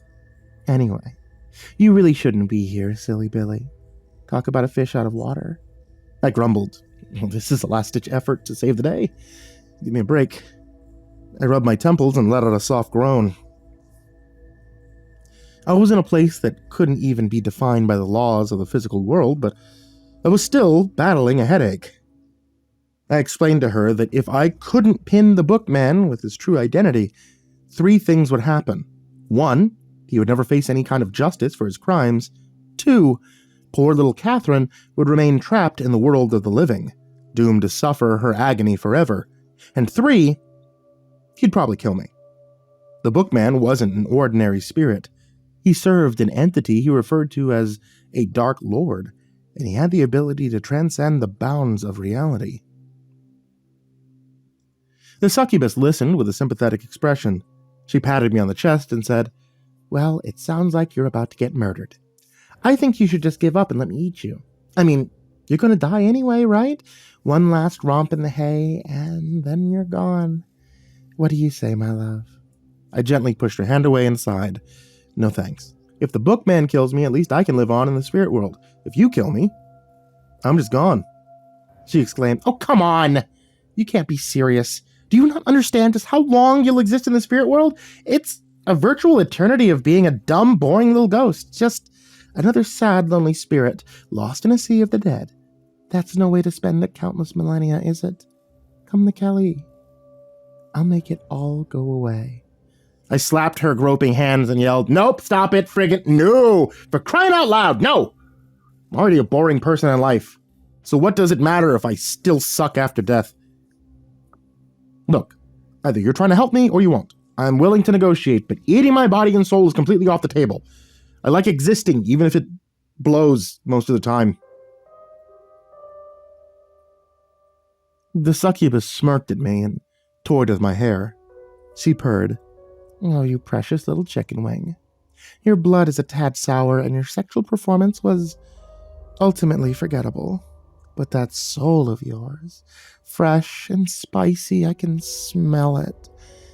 Okay, I'll help you. Again, and you'll owe me deeply for this help. Again. I'm a demon, Billy, not a charity." I gave her a stressed-out grin, and I clasped my hands together in a tight, trembling knot. I squeaked, "Thank you. Thank you so much, Miss... What should I call you, anyway?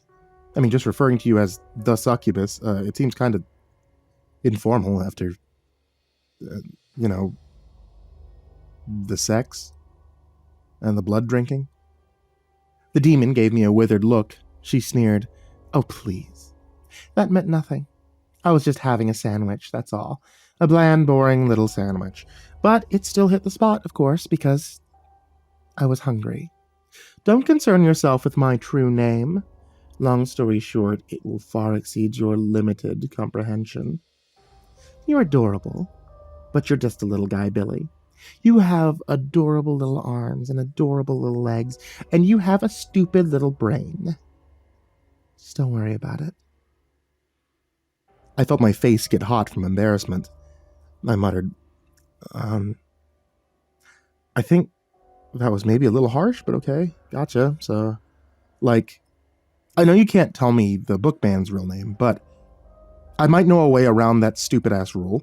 The Dark Lord or whatever the fuck, I think he might be a demon. Does that name ring a bell? The succubus rolled her eyes. I think so, yes. There's one demon in particular who comes to mind. He loves to be worshipped. He influences weak or unstable people to commit murder, maybe start a cult, all that sort of thing. If you ask me, it's much easier to just pluck an erotic image from their minds and use it against them. That worship stuff is really time-consuming and just, I don't know. I suppose it all seems rather inefficient. I muttered, yeah, efficiency is everything. Do you think you can help me find this guy? He probably knows the bookman's real identity, right? I mean, maybe he can give me a hint or something. I'm kind of desperate over here. She arched a well-manicured eyebrow and snorted. I'm not sure what good it would do, but yeah, I could. Demons can see it all, hear it all. We know it all. However, we can't share that information with the mortals. I don't know what would happen, but most of us would rather play it safe. I've heard the Creator has something of a temper. I dropped to one knee in front of her and begged, please just give me the chance to talk to him. I mean, what's going to happen? You guys are immortal. Like you're going to be sentenced to the electric chair. There are things far worse than death, she answered in a somber tone. That's not a very strong argument. I stamped my foot and groaned. Please, look, if you help me find this dude, I'll agree to let you do your thing again. Bang me stupid and drink my blood. I'll let you have, like, an entire pint this time. No, 2 pints. How much blood do I need to be alive anyway? Fuck it. Two pints if you want. Just, please. A succubus brushed her lips against my ear as she breathed. Your blood isn't good enough.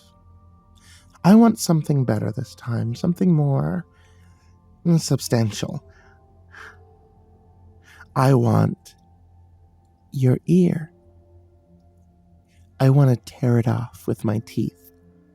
She giggled as I jerked away from her hot, panting breath. I clapped my hands over my ear and gasped, oh, hell no, are you crazy? The succubus crossed her arms and sniffed. Are you sure? I will remind you there's another variable in this equation that you seem to have forgotten. Very shortly, you'll be face to face with Victor Bonicelli, and he is furious. He's driving to the zoo right now, and he's still wearing his pajamas. He didn't even get dressed before he left. You are in a lot of trouble. I felt my heart drop. In all the general weirdness that was happening, I forgot about Victor. I had broken all kinds of rules that night, and the boss was a stickler for the rules. He was also dangerously volatile. My throat suddenly felt tight and constricted, as if Vic had already strangled me with his phantom hands. I croaked, Can you stop him? The succubus rolled her eyes and groaned, Nope. I'm afraid not. Victor has a part of me contained in the physical world, so he's protected from my charms. I wish I could tear him apart like a rotisserie chicken, but still, no such luck. Len's voice popped up in the back of my head. It said, Good going, Dumbo. You take an easy night shift, and you turn it into your own murder. I groaned. Yeah, this figures. Oh, fuck it, let's do it. Okay, I got nothing to lose at this point. Your ear, sweetheart? The demon corrected me, and she gave me that predatory smile. Remember, you're going to lose your ear. I blinked back a sudden film of wetness in my eyes. I quavered. Is it gonna hurt? Like, a lot? The succubus grabbed me by the shoulder and gave me a brisk shake. She exclaimed, Oh, you poor stupid little chickadee. What kind of question is that?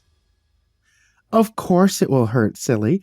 Ears are very sensitive, but it'll be over quickly. And I promise to heal up the wound right after I'm done. You'll be all better. The demon released her iron grip on my shoulders, and she sternly planted her hands on her hips. She demanded, So what is it? What do you want to do here, Billy? Make up your mind. Either you can be a big, brave boy for Auntie Succubus, or you can be decapitated by the ghost of a serial killer. Make your choice. The look in her eyes scared the hell out of me. You'd expect a lion to stare at you like that, but when it's an actress from the 80s, it hits a lot differently. It was unnerving. That's a big understatement. I closed my eyes and said, Do it. In a flash, I was naked and lying on my back.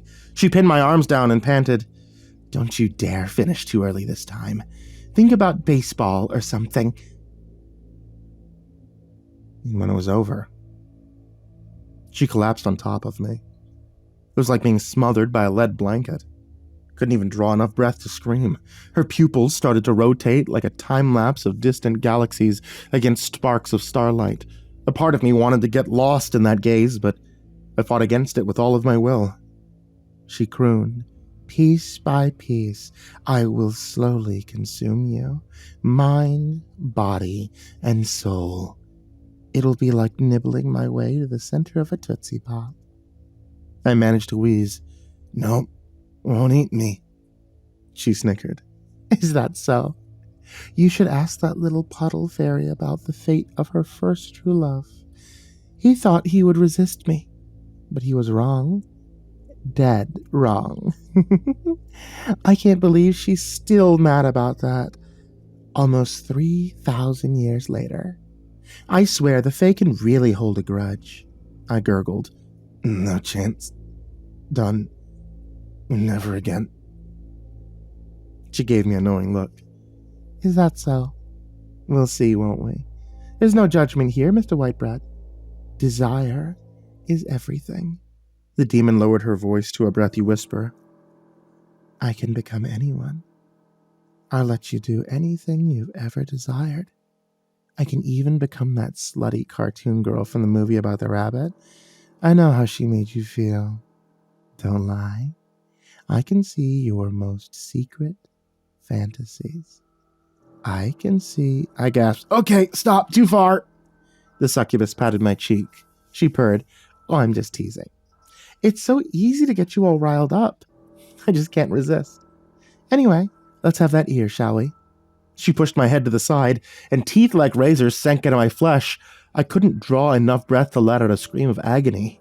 It came out as a faint whistle instead. I was then treated to the horrifying image of a naked Kelly LeBrock chewing on my ear, her lips and chin smeared with blood. I felt my heart seize up in my chest, and I promptly passed out from shock. The darkness was good. It was welcome. My last thought was, I'm gonna wake up dead. And then I was gone for a while.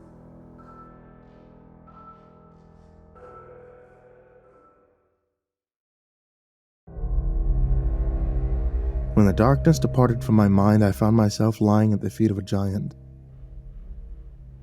He looked like a member of a gothic rock band, but like really fucking tall. This dude was at least 15 feet from head to toe. His hair was jet black, his skin deadly pale. The giant was wearing a pair of black vinyl pants, matching vest, and a bullet belt. His feet were clad in leather boots that laced up to his knees. He was shirtless beneath the vest, revealing a muscular build and a bunch of tattoos. A human skull hung from his neck by a length of rusty chain. Much to my embarrassment, I was still naked. My clothes were lying in a messy pile nearby. I hurried to get dressed, the giant looking on with an expression of scornful amusement. He crossed his arms and spoke to me in a low, rumbling voice. "I am known to you as the Dark Lord, but I have many other names. I am the Thief of Innocence, the Bishop of Madness, and the Stabber of Hope. I have 1 billion names, yet they all fall short of describing the true depths of my evil. Fear me, you pathetic little bug. Fall to your knees and cry for your mother." I gave him a dazed look and sputtered, "Okay, give me a second, okay? I just woke up naked, my ear's gone. Just chill out, man." He gave me a grumpy look and waited as I wriggled into my Kevlar suit. When I was done, I looked him up and down and said, "Okay, so can I ask you a question? Like, why do you look like that?" "Like what?" he demanded. "What are you trying to say?" I shook my shoulders and waved a hand at his outfit. "I mean, you look like, I don't know, Trent Reznor on steroids. It's kind of like, you know, it's weird." The Dark Lord gave me a sullen look. He snorted. "Yeah? So? I don't look like this for you. I look like this for me, because this is who I am. Is that okay with you, Dad? Am I grounded or something? Eat a dick, buddy. I held up my hand and stammered, "Whoa, okay, simmer down. I'm saying, I opened my eyes, there you were, like, I don't know, all gothed out and shit. I wasn't expecting to see, that." The Dark Lord pointed a finger at me and snapped, "Well, I don't need to measure up to your expectations, do I? Anyway, you're hardly one to talk. Grunge rock guy. You're all like, wow, look at me, my hair is hanging in my face because I'm such an introvert. So lame." I gaped up at him with my mouth hanging open. He glared back at me and then pretended to answer a ringing phone. "Hello? Oh, yeah, sure, I'll tell him right now." He cupped his hand over the pretend receiver and yelled, "Hey, dickhead, 2 years ago called. They want their goofy hairdo back." I threw up my hands and yelled, "Oh, okay. I'm sorry, jeez, okay, I just want to be over this. Give me the bookman's real name and I'm gone." The demon gave me a cold stare. He sneered. "I wouldn't usually sacrifice a loyal servant, but the succubus is persuasive. Politics, you know. She can be a powerful ally someday. Just my opinion here, but she's wasting her potential by being obsessed with matters of the flesh. I'd much prefer corruption over consumption, if you get what I mean. Killing is so messy and undignified. I'd rather deceive the mortals into causing each other harm instead of going in there and doing it myself. I like keeping my own hands clean." He gave me a smug grin, and I answered it with a look of distaste. I said, I don't know, man. I feel like that's actually like a lot worse, to be honest. I mean, this book guy, right? He fucking sucks. You might think the shit he's done is pretty awesome or whatever, but you're wrong. Like, okay, just give me his name. I'll be gone. The demon gave me a sad look and replied, "What's the hurry, grunge boy? I don't get a chance to step out of character very often. I'm always playing a role. I have to pretend to be a monster from a horror movie, or an avenging angel, or a malevolent space alien, all kinds of weird shit." He grinned and added, "That's a popular one, by the way, the space alien. I've always been a talking dog, a telepathic cloud, just, all kinds of weird shit, but I never get to be myself, just like hang out, have a conversation with someone. It never happens. It's a shame, because I'm a really interesting demon." "Do you think—" I wrung my hands together and pleaded, "Come on, man, just let's get real here, okay? I don't want to hang out with you. Not ever. You're evil. Okay, can you give me his name, please? Seriously, I gotta go." He crossed his arms and growled. "It's like that, is it? Okay, sure. That's fine by me because you're a little dork and I'm really fucking cool. But I can't just directly tell you his name.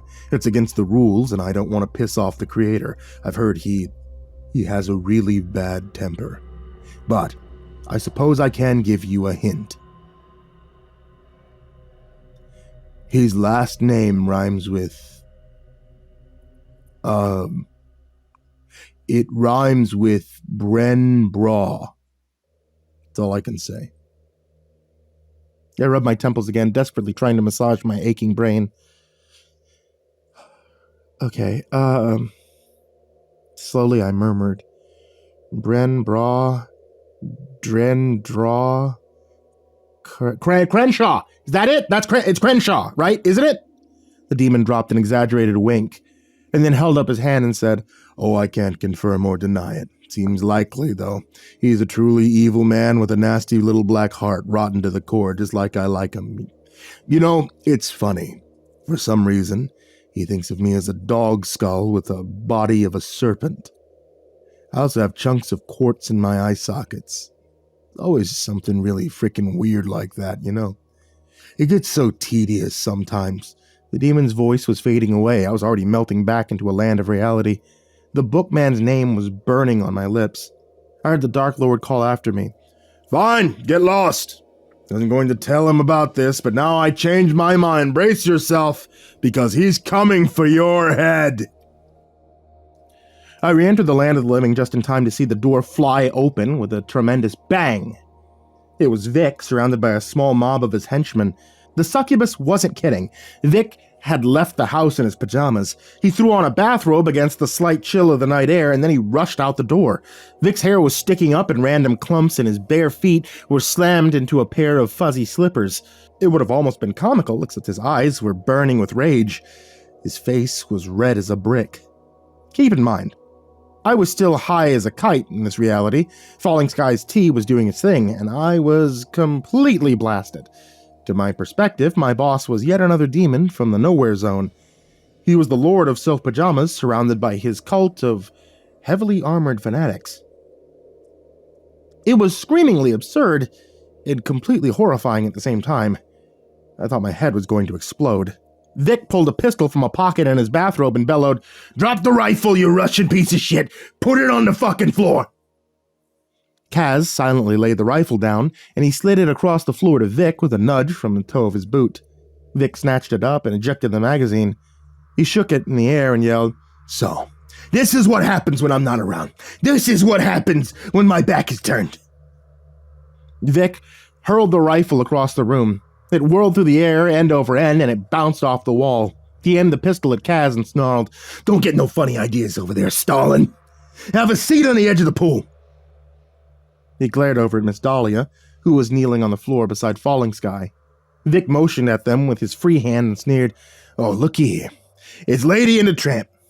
Why aren't you cooling your heels back in your own habitat, Chief? What, you got nothing to say? Come on, witch doctor, why aren't you watching TV and smoking your peace pipe?" Falling Sky looked startled when Vic mentioned his illicit television, but he remained silent. Vic glanced back at his guards and sputtered, "He won't talk, so I guess I'll have to say it instead. It's because they weren't minding their own friggin' business. See what happens? Snowballs, doesn't it? Then get out of hand. A lie becomes 2 lies, and 4 lies is snowballs. Before you know it, Vic's standing here in his fucking pajamas, and he's pissed." Vic pointed at the water nymph and boomed, "Speaking of lying pieces of shit, you ain't been exactly truthful lately, have you? You've been deleting all the security footage. I fucking knew it. Now don't play dumb with me. I know it's you. And who else could it be, huh? Most of those critters out there, they don't know jack shit about video cameras, let alone how to erase a recording. And you did it again tonight, didn't you? Audio, video, all gone. I already checked.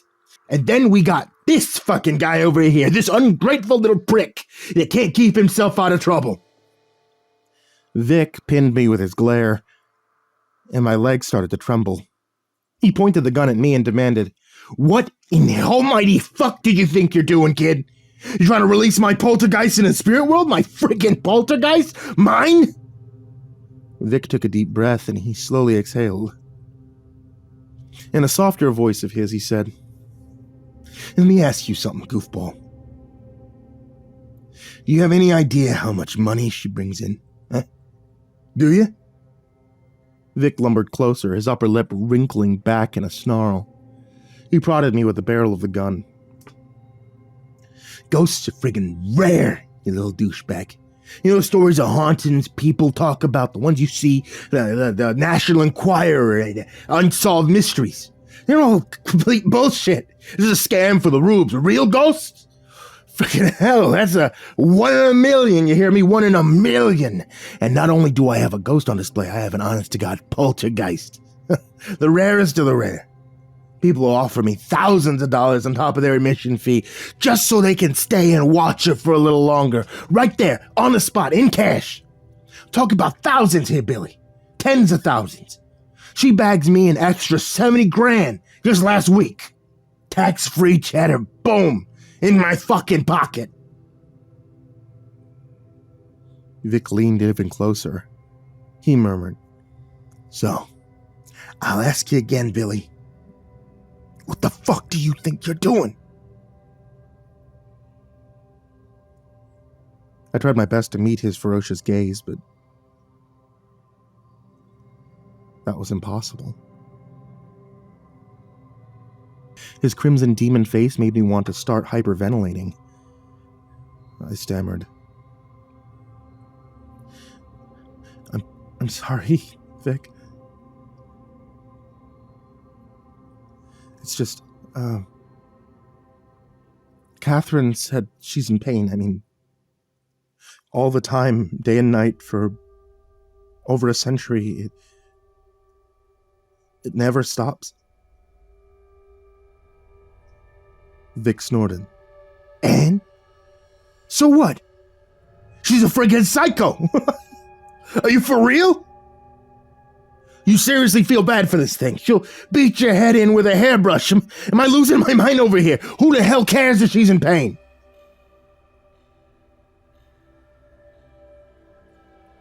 I hesitated in the face of Vic's bewildered wrath.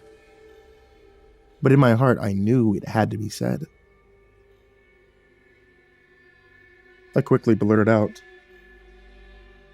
"You should release her. I mean, yeah, she's dangerous, but she's just a little girl, you know? She didn't deserve a fate like that. We can make it right. Just let her go." My words dried up beneath the red-hot fury that blazed in Vic's eyes. He screamed into my face. For the last time, that ain't no little girl, it's a ghost. It's not alive, jackass! What the hell are you talking about? I attempted to speak, but Vic shushed me with the barrel of his pistol. He rasped, "Listen to me, kid. Here's where I'm coming from, okay? 1, she's freaking dead. Deceased. Not living. Gone. That thing ain't human anymore. And 2, this place ain't supposed to be the Garden of Eden, genius. It's a zoo. We show the monsters in their natural state, just like we found them." He grabbed me by the chin and forced me to look him in the eyes. See the guests that come in, right? They come in, they look around, and they say, "Wow, this one's a leprechaun, and this one's a zombie, and that one's a fucking dragon, and that one over there, she's a ghost with her friggin' head cut off." You get it? I'm just displaying them in their natural state, exactly as I found them.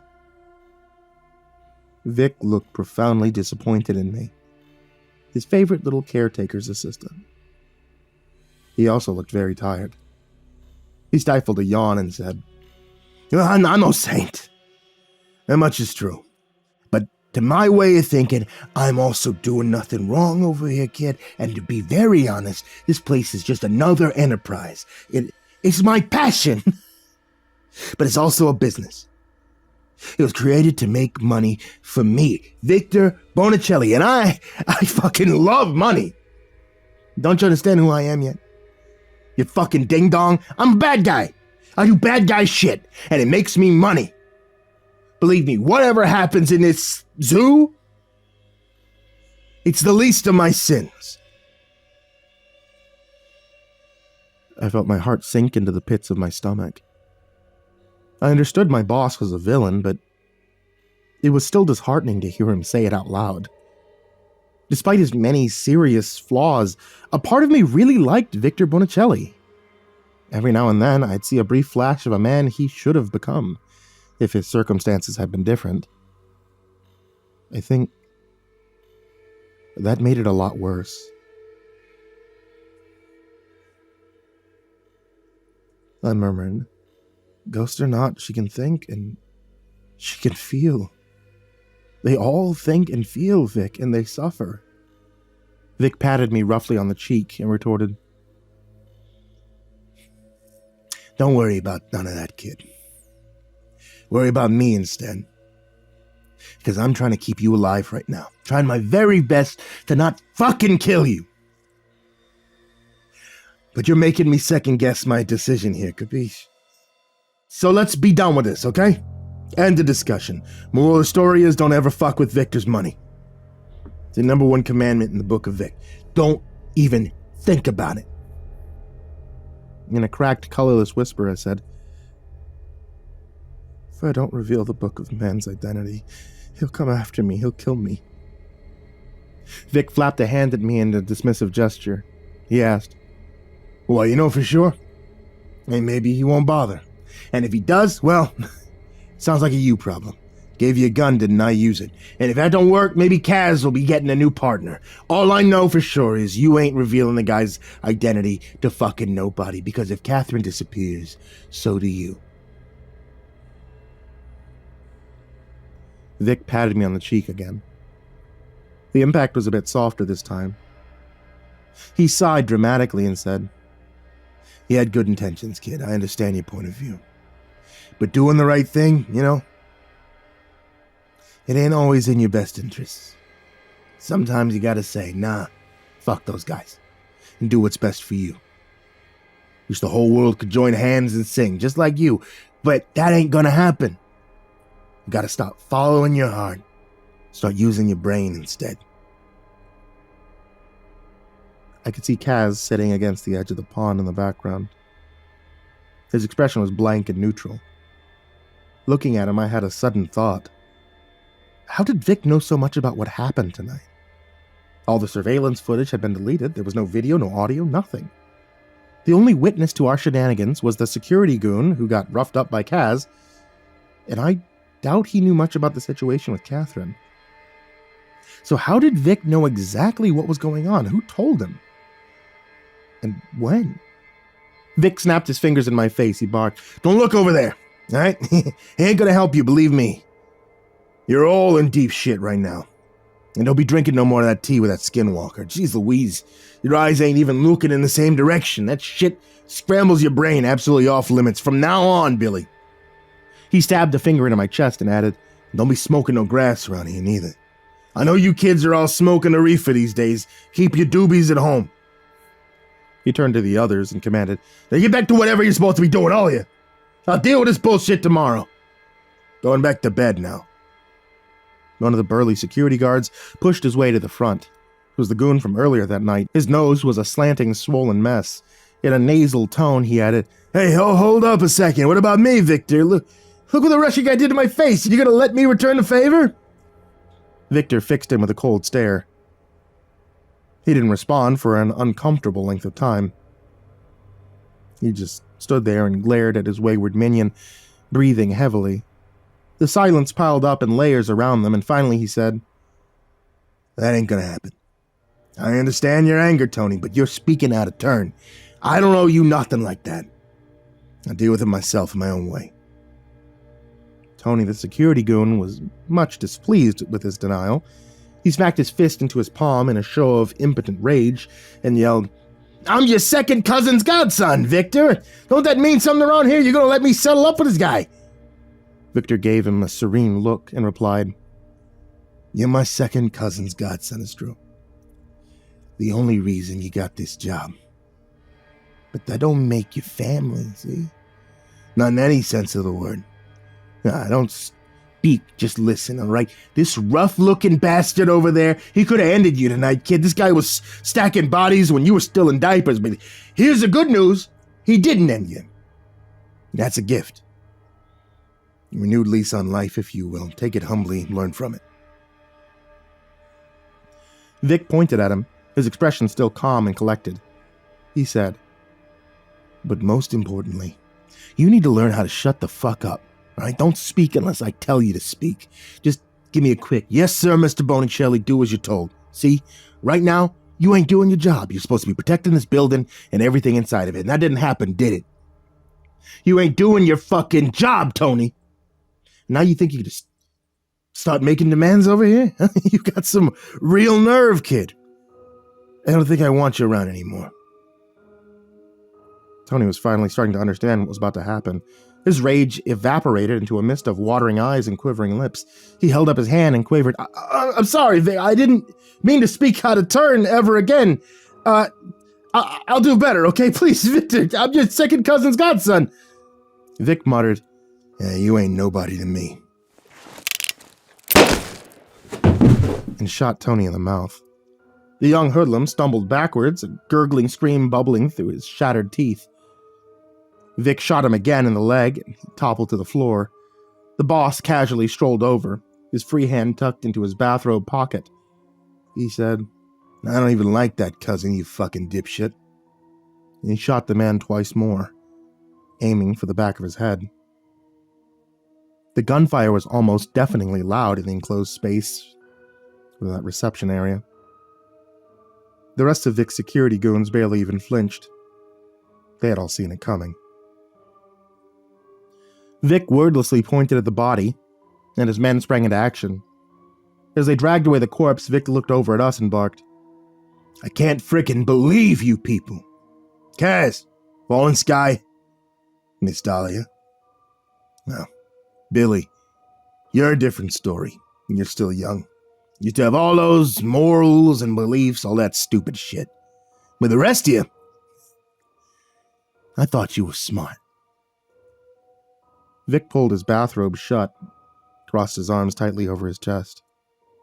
He groaned. I don't know what to say to you guys. You all disappointed me tonight, and look what happened. I almost lost my skinwalker and my poltergeist. And now I gotta make up some bullshit story for my cousin, too.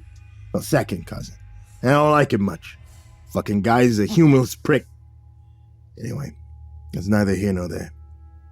I still gotta make up a story, and I'll be expected to hand the kid's parents a fat envelope at his funeral. Which will be paid at my expense, by the way. You know how much funerals cost these days? Holy shit. Ain't just an arm and a leg. They want a lung and a kidney. A bunch of fucking ghouls. These funeral home people, I swear. They belong in a zoo. The chorus of screams suddenly came echoing from across the dimly lit expanse of the lobby. There was a frantic burst of gunfire, followed by another wave of screaming, and then there was silence. Falling Sky pushed himself up into a sitting position. He grimaced in pain as he lifted a paw at the open door. Someone should close that, he panted. He's here. Vic squinted into the darkness.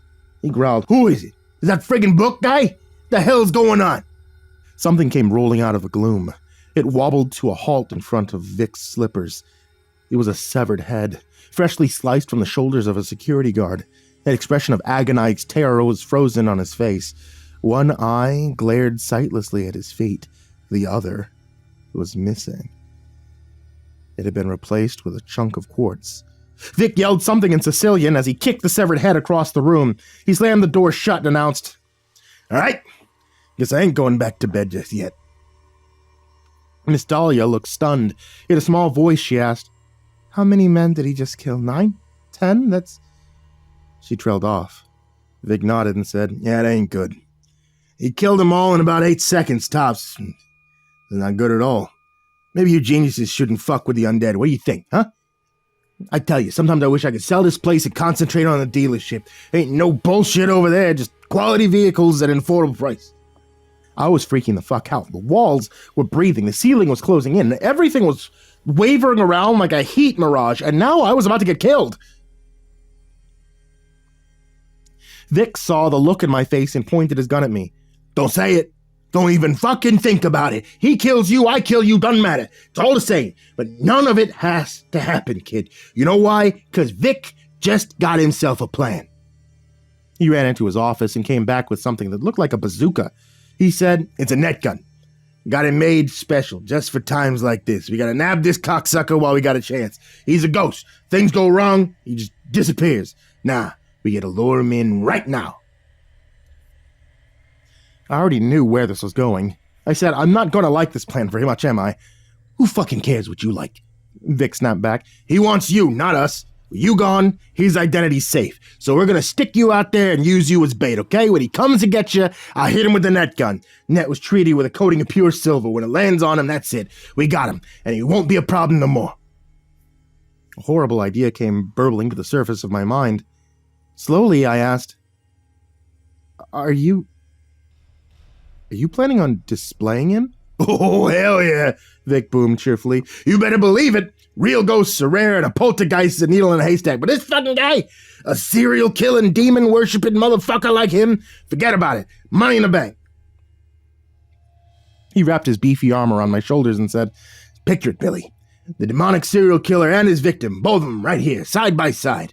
That dynamic will be worth a fortune, kid, I tell you. If we pull this off, it'll make me forget all about your little transgressions here tonight. Not to mention all those guys who got friggin' killed, right? The boss is back in New York will be giving me hell about that on Monday, you better believe it. Vic shushed me with the barrel of his pistol and said, No, don't even try it. I ain't asking over here, okay? I'm telling. Stand there out in the lobby. Maybe 15 feet or so from the door. That's it. I'll do the rest. He looked back at the others and shook his finger at him. Everyone else, keep their opinions to themselves. This ain't a democracy. Vic unlocked the door and eased it open. He cupped his hand to his mouth and yelled into the darkness. "Hey, Bookman! How about you and I make a deal, huh? I give you Billy. In return, you leave the rest of us alone. No one else knows your identity, just a kid. What do you say? Huh? You can take him and go. I don't give a shit. No hard feelings." Out of nowhere, I was abruptly seized by a fit of giggling. The tea washed over me in a thick, sludgy wave, and now the room was absolutely humming with transcendent energy. I suddenly understood I could be in love with Miss Dahlia, and it would be okay. Nothing matters but light and love. Vic gawked at me in disbelief. He sputtered, What you laughing for? Get it together, you friggin' space cadet. Be ready to move when I tell you to move, because I only got one shot at this prick, so if you both wind up in the net together, that's not my problem. Go on, get out there. He shoved me into the lobby, and the uncontrollable giggling started to a halt.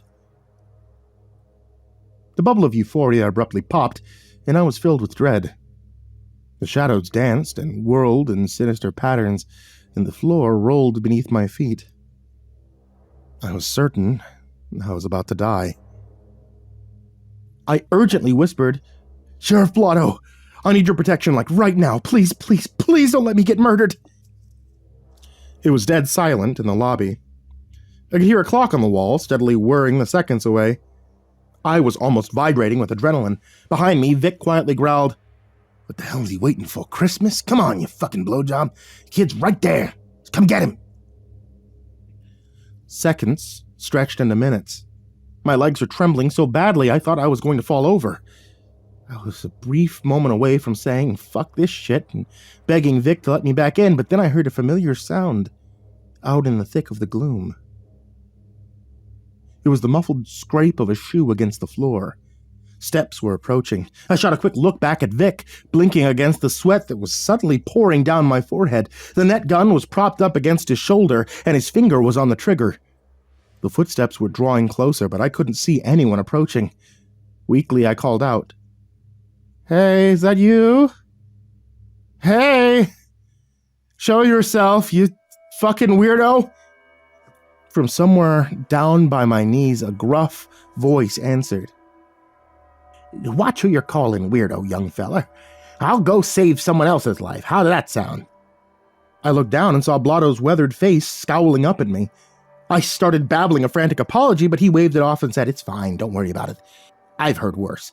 Have you ever tried to sort out a domestic dispute between an ogre and his wife? This one time, the wife had her husband in a chokehold when I got there, so I took her down and chained her arms, and as soon as he caught his breath, the husband jumped up and started throwing haymakers at me with those ham-sized fists while I was struggling to get his arms behind his back. The wife snuck up behind me and kicked me in the groin. She kicked me so hard I was launched into the air like a rocket, smashed through the ceiling, landed in their attic. My poor little acorn swelled up to the size of tennis balls." Vic called out, "Who you talking to over there?" And he came storming into the lobby like a thundercloud. He pointed at Sheriff Blotto and demanded, "Who the hell is this? What are you, a gnome? What the fuck is there a gnome out here, Billy?" Blotto gave my boss a look of weathered contempt. He said, "My name is Sheriff Blotto. I'm an agent of law enforcement in the service of Mercus, King of the Sprites." Vic rumbled, "You're a pig, ain't you? And why are you here, baby bacon? You get a warrant from the Sprite King? Huh? If not, go fuck yourself. You ain't welcome here." I was horrified. I gasped, "Vic, you can't talk to him like that." Vic sneered, "Sure I can. Why not? I got no respect for cops. The whole reason for this existence is to be a huge pain in my ass. Fuck them all." Blotto jabbed his finger in the air between them and retorted, "If you weren't such a lowlife, you wouldn't have had to worry about the law. You're an infamous scoundrel, Victor Bonicelli. The spirit world will not be kind to you." Vic grinned at me and said, "Yeah, you see that, Billy? Even the sprites know about Victor Bonicelli. Look, Flatfoot, I don't know why you're here, but I got the situation under control, so don't let the door hit your ass on the way out." Blotto gave him a serene look and replied, "Billy was about to be murdered. By the order of King Mercus, I can't allow that to happen. Billy is one of his royal subjects." Vic gaped at him for a second, his lips twitching as he tried to make sense of the information. He wheezed, "Fucking what? What you talking about, Blippo? This fucking guy right here? Why the hell did that happen?" Blotto gave him a cold stare. He said, King Mercus sees value in his existence. I'm sworn to protect his life. Vic suddenly looked a bit uneasy. He put on a greasy smile and boomed, "Nah, hell, I wasn't gonna hurt him. I'm pretty steamed at the goofy little fuck right now, but I wasn't gonna hurt the guy. I was just trying to use him to lure a ghost into a trap. This ghost I'm talking about, now he's a real scoundrel, right? I was gonna, contain him, make sure he couldn't hurt nobody else. What are you gonna do, Johnny Lawman? You gonna kill him or something?" The gnome replied crisply, "No, I can't do that. He's already dead. My presence was all that was needed here tonight. The fiend is already gone." Vic looked deeply disappointed. With his nutgun dangling at his side in a dejected manner, he asked, "So, is that it? Guy's gone forever?" Blotto snorted. "He's a ghost. He can disappear and come back at will. When he does, if it's necessary, of course, I'll prevent him from taking Billy's life. That's about all I can do. Spirits can't be punished by the laws of the living. The dead rule their own house." Blotto turned to me with a solemn expression. He said, "Take care, Billy. Continue to be good in heart and good in deeds. Never be afraid to do what's right." He shot a disgruntled glance at Vic before turning his back on him. He said, "Victor Bonicelli, it was not a pleasure to meet you. Change your ways, sir, and make amends to those you've wronged." Vic snarled, "Get fucked," and shot him the finger as he walked off into the darkness. Before he disappeared, Blotto called out, "There's a mess of severed heads and body parts out here. Your men, I presume? Is this what you refer to as having the situation under control? What a shameful display. You're not a leader, Victor. You're a dictator." Vic yelled some colorful insults back at him, but Blotto was already gone. Vic whirled around and glared at me with bloodshot eyes. He snapped, "Get back out there, Billy, we ain't done yet. Some of those guys, they were connected to the family, and that's gonna be at least 3 more funerals I gotta cover. Coffin, burial costs, flowers, catering for the reception after it, more envelopes, all that shit. You cost me a fortune tonight, I'm getting it back one way or another." Quietly, I said, "No, I'm done here. I don't belong, I can't keep doing this shit, I'm sorry, man. I'm fucking done. I'll stay until the end of my shift and I'm gone. My life's completely fucked. It's all because of this zoo. I want my old life back. I want things to be normal again." Vic grunted. "Nope. No can do, kiddo. You know too much you know about me. That's bad enough. You also know about the monsters, and that's even worse. You know too fucking much in general. Nah, that can't happen. We're sticking to the original plan, kid, and you better pray that ghost comes back to finish the job, because I need him." My resolve was already crumbling. I could see Kaz lurking in the doorway from the corner of my eye, silently watching. Judging me, no doubt. In a wavering voice, I squeaked, You can't hurt me, Vic. I have the protection of the Sprite King. There's nothing stopping me. I trailed off as a huge, enormous realization surfaced in my mind. I was virtually death-proof. Nothing could kill me. My guardian gnome would put a stop to it by any means. That chemical euphoria surged in my veins, and I cackled, I'm invulnerable now, asshole! Watch this! I sprinted directly at the wall, much to my dismay. I slammed into the concrete and hurt myself quite terribly. My face hit the wall with a horrible smack, and I saw a flash of light behind my eyes. I tumbled to the floor, my nose spewing a violent gush of blood, and I clapped my hands over my face. Vic looked down at me, his expression somewhat between startled and amused. He poked me with the net gun and chuckled. "He never said you couldn't get hurt, you fucking fryhead. Especially if you're the one doing the hurting. What your tiny gnome cop did say is you couldn't get killed. The big difference." Vic hauled me to my feet. He pulled a wad of tissues from his robe and stuffed them into my hands. "Clean yourself up. I got allergies, so I always carry a bunch of tissues around. Hey, they ain't been used, all right? They're all mashed up in my pocket, that's all. It's not like I was jerking into him or something. What do you take me for? Come on, wipe your face." Vic leaned closer and squinted at me in the dim light. He murmured, "All right, let's see. Nah, your nose ain't broken. I told you, them drugs mess up your brain. Just look at a skinwalker. That guy's a burnout. Spend most of his time staring at a lava lamp, blowing smoke rings. You don't want to end up like that." The gush of blood from my nose was violent, but it was brief. I shoved the bloody wad of tissues into a pouch in my utility belt and said, I don't want to end up like that, because I'm leaving. I started to walk away, and Vic called after me. The gnome didn't say nothing about other people, did he? I froze in my tracks, and then stomped over to face him. My hands were clenched in the fists. I demanded, what do you mean by that? Vic gave me an exaggerated shrug. What do you think I mean? I'm just saying, he never mentioned nothing about protecting anyone but you, so I guess I could turn my attention to someone else, right? Someone important to you. I felt the blood drain from my face. I sputtered. You do that, Vic, and I'll... Vic roared. You'll do what, tough guy? Huh? Would you go to the public about the zoo? You have any idea what would happen to the cryptids if you blew the whistle? No, neither do I, but I bet you it wouldn't be good. What else you got, huh? You're to rat me for being a gangster, huh? You think the cops already know about that? Of course they do. They just gotta be able to prove it in a court of law, and they can't do that. They tried, believe me. I snarled. I'd kill you if that's what I had to do. I'd find a way. Vic sneered. Oh, speaking of laws, you're a royal subject, so you gotta follow the rules of your kingdom. You know, I know the laws of the Fae almost as good as our own, kid. I know for a fact you ain't allowed to commit no murder. Killing for revenge is also strictly forbidden. If you manage to take me out somehow, well, you'd find yourself sitting for a jury of your peers. Only thing is, those so-called peers would all be gnomes and fairies and shit like that. The Fae folk don't like us very much. Most of them think we're all pieces of shit. They'd pronounce you guilty and you'd be dangling by the neck before sunrise. That little tidbit shut me up right smartly. I hadn't given much thought about what it meant to be a royal subject, of course. It would be my civic duty to uphold and obey their laws. Vic saw the blood drain from my face, and he gave me an unpleasant smile. He said, You know, there's a place I know, a farm out in the middle of nowhere, 200 acres, cornfields, woods. I do whatever I want to out there. No one will hear or see a thing. Anything you could imagine.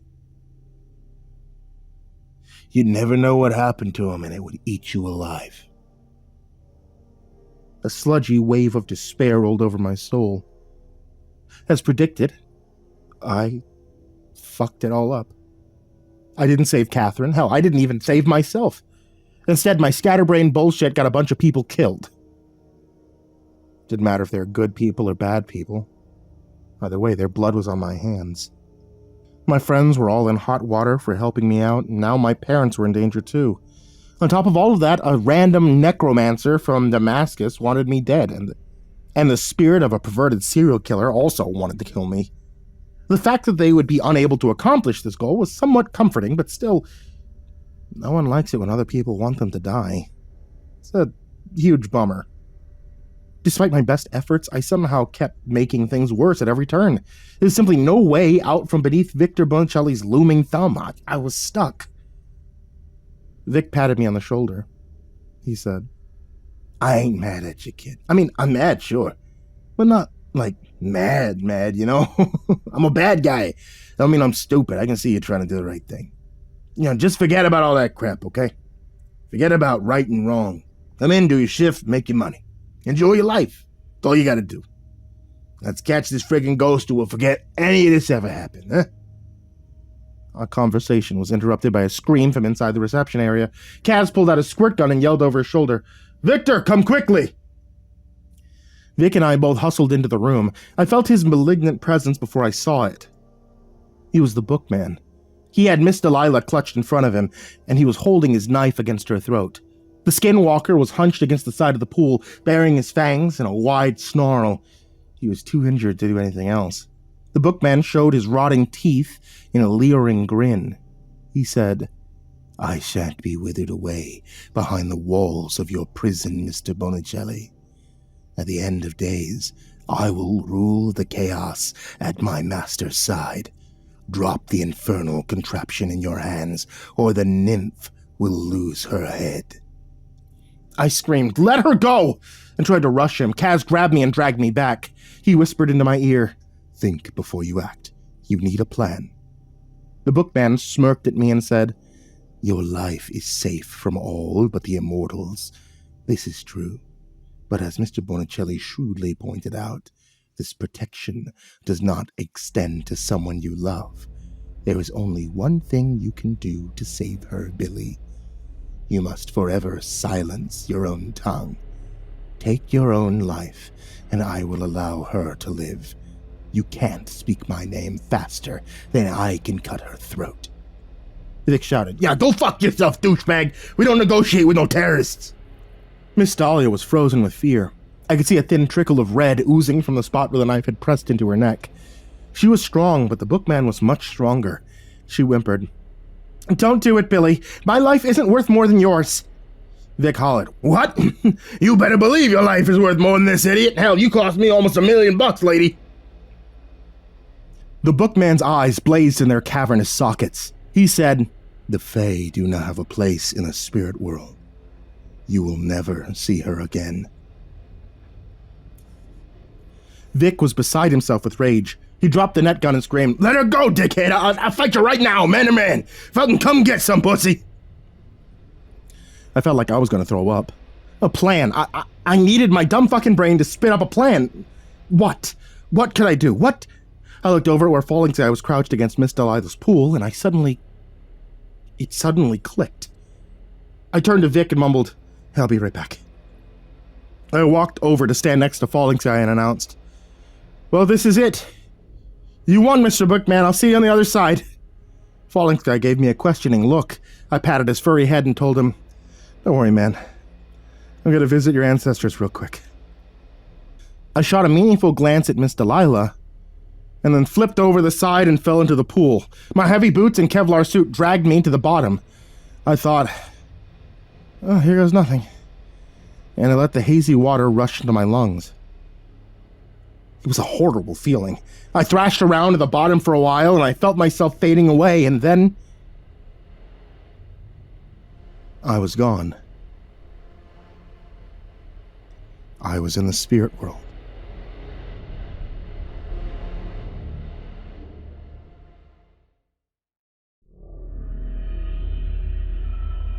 As usual, I was greeted by a dense, lifeless fog in every direction. This was the veil of my own ignorance, obscuring the truth and clouding my sight. In the spirit world, you don't perceive your surroundings with your eyes, you see them through your mind, so I imagined a time long before my own progenitors ever set foot in the New World. There was no roads, no cities, no pizza parlors or movie theaters. The entire continent was an unspoiled landscape of arid plains and deep forests, tall mountains, and flowing rivers. This was the world that belonged to the ancestors of Falling Sky. I hollered into the burning sun, "Ancestors of Falling Sky, can you hear me?" The whispering wind broke my ear. The voice sounded suspiciously like a bunch of Navajo warriors who were barely able to contain their laughter. It said, "Billy Whitebread, the Demon Slayer! You speared the succubus and you lived to tell the tale!" A small crowd of Falling Sky's ancestors gathered around me, all of them grinning from ear to ear. One of them explained, "Here he is, boys, the man, the myth, the legend!" They all started laughing and elbowing each other. I waved my hands frantically to shush them and said, Look, I don't have much time, okay? I'm dead right now. Hopefully that changes in a minute or two, but I need a favor from you guys." I was approached by the tall, somber-looking warrior I had spoken to last time. He gripped my hand and said, "Anything for the Demon Slayer. Teach us your ways, O great mighty hunter. Teach us how to pull some of that demon booty." That got them all cracking up again. Someone called out from the back of the crowd, "That must have been crazy, right? Give us the details." I shushed them again, and I spoke urgently about a wolf who disguised himself as a shepherd. I explained what I would do if I was allowed to return to the living. Their rowdy good cheers soured as I spoke to them, yet it morphed into smoldering rage. The tall warrior gave me a grave nod and said, "It would be our pleasure. We'll be waiting." I gave him my sincerest thanks, and I was suddenly coughing up a lungful of water. I was lying on the floor in our reception area, and Miss Dahlia was looking down at me with tears in her eyes. She gasped, "I did it, he's breathing!" Vic's broad, sweaty face loomed into view. He rasped, "You crazy son of a bitch. I was pretty smart, you know that. That was really friggin' clever." I drew in a painful lung of air, and I was racked by another coughing fit. When it was over, I croaked. "Where is he?" Vic motioned to the ceiling with a sad look in his eyes. "He's gone. Back to the spirit world, I guess. Burns my ass I didn't get him for the zoo, but it ain't over yet. If you ain't dead, I'm sure I'll be back. Here's what I'm thinking, okay? We'll put you in a big cage made with silver, you know? I rig up a bunch of those net guns, motion sensors. When he comes in to get you, boom, he's mine, no worry. I'll put a cot in there so you can sleep, chemical toilet, yeah, curtain, comfy chair, maybe a TV. They don't sound terrible, but it won't be so bad. Do you like those video games? Yeah, you young people, they love the video games, am I right? I'll get you one of those game consoles I see in the commercials. Yeah, how does that sound?" I dragged in another tortured breath, and I choked. "The bookman is William Finley Crenshaw. He murders women and children. He murdered Catherine." A demented howl of rage emanated from the thin air around us, and it was silent again. Vic's eyes widened in shock. He dropped to his knees and grabbed me by the arms. He sputtered, "You little piece of shit! What'd you do that for? After everything I told you in the lobby, why?" "Because Catherine doesn't deserve any more pain," I wheezed. I started coughing again. Victor jumped up and roared, "Ah, fucking hell! Poltergeist!" He scrambled out the door and broke into a heavy-set jog. He was heading for the employee entrance to the service tunnels. After he was gone, everyone stared at me with a kind of morbid fascination. I pulled myself to my feet by the edge of the pool, and I demanded, "What? What are you people looking at?" Kaz murmured, "That was very brave, Billy Whitebread, but your bravery will cost you dearly." I chuckled a bit to myself, still clinging to the retaining wall of the pool. Without looking at him, I asked, "Is it you, Kaz? Are you the snitch? Tell me the truth, man." Kaz silently weighed his answer. Quietly, he said, "Sometimes things are not as they first appear. Remember that." I weakly replied, "Oh, well, I really hope it's not you, Kaz, because I'll tell you something, man. I don't know if I believe that." There was another uncomfortable silence. Kaz was looking at me with that stoic non-expression, unreadable and unknowable. The tension was broken by the sound of Vic's slippers clapping rapidly across the marble floor. Falling Sky backed away into a corner, his fur standing on end. He said, "The time of reckoning has come, Billy Whitebread. Be brave. Pray for the best." Vic burst into the room and hollered, "You dirty cocksucker! Motherfucker, she's gone, you little prick! I can't find her! She got released into the spirit world and now she's gone!" I closed my eyes and breathed. She's free. Rest in peace, little angel. Vic, almost purple with rage, he hauled out his pistol and started aiming it at me, and then he let loose a scream of rage and threw it instead. And the gun sailed over my head and clattered across the floor. He roared, "I'll kill your mom and dad, I'll kill your aunts and uncles, I'll kill your friggin' kindergarten teacher, you sack of dog shit! Oh, fuck you!" Calmly, I replied, "I don't think you will, Vic." Vic charged across the room to loom over me, breathing in huffs and snorts like a bull. He barked, "Oh, is that so? Why the fuck not, tough guy, huh? Who's gonna stop me?" I answered gently, "Nolan, just you, because you know it was wrong. I mean, you're a bad guy, but you're still a human being. You have a heart in there somewhere. You have a conscience. She's free now, Vic. Let her go. Let her be free." Vic stared down at me, his eye twitching. Slowly, the crimson flush of red drained from his face, and his breathing returned to normal. He murmured, "You ballsy little bastard. I can't fucking believe you. I can't. Nah, fuck it. Okay. Nah. Sure. I guess I made my investment back over the years. I can't deny it.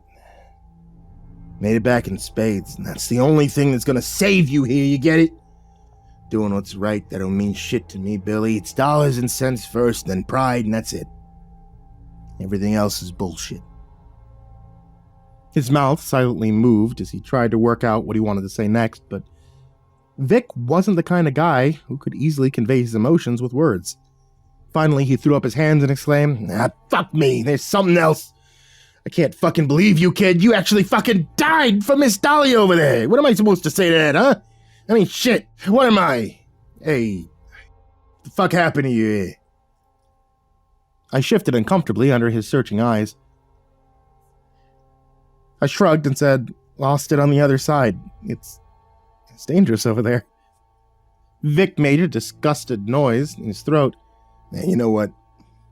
Whatever. I don't even care what happened. Just leave, okay? Go home for the rest of the week. I don't want to see your stupid face again until next Monday. He turned to the others and said, the rest of you guys go back to wherever you're supposed to be. Fucking stay there.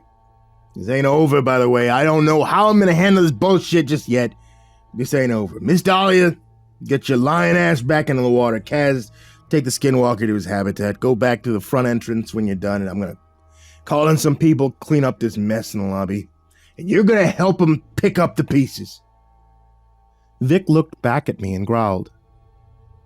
Yeah, what you standing there for, idiot? Go get changed, get the fuck out. As I was walking to the door, Miss Dahlia suddenly came running after me. She gave me a brief, tight little hug and whispered into my mutilated ear, you're a hero, Billy. Go home and get some rest. You deserve it. Vic shouted, that's enough of all that mushy stuff. All right, I told you, I don't approve. Get out of my sight, Billy. I walked across the lobby with the sensation of Miss Dahlia's sweet breath still tingling in my brain. I had already fallen deeply and desperately in love with her. I'd never been in love before. Felt amazing. Felt like fizzy bubbles in the pit of my stomach.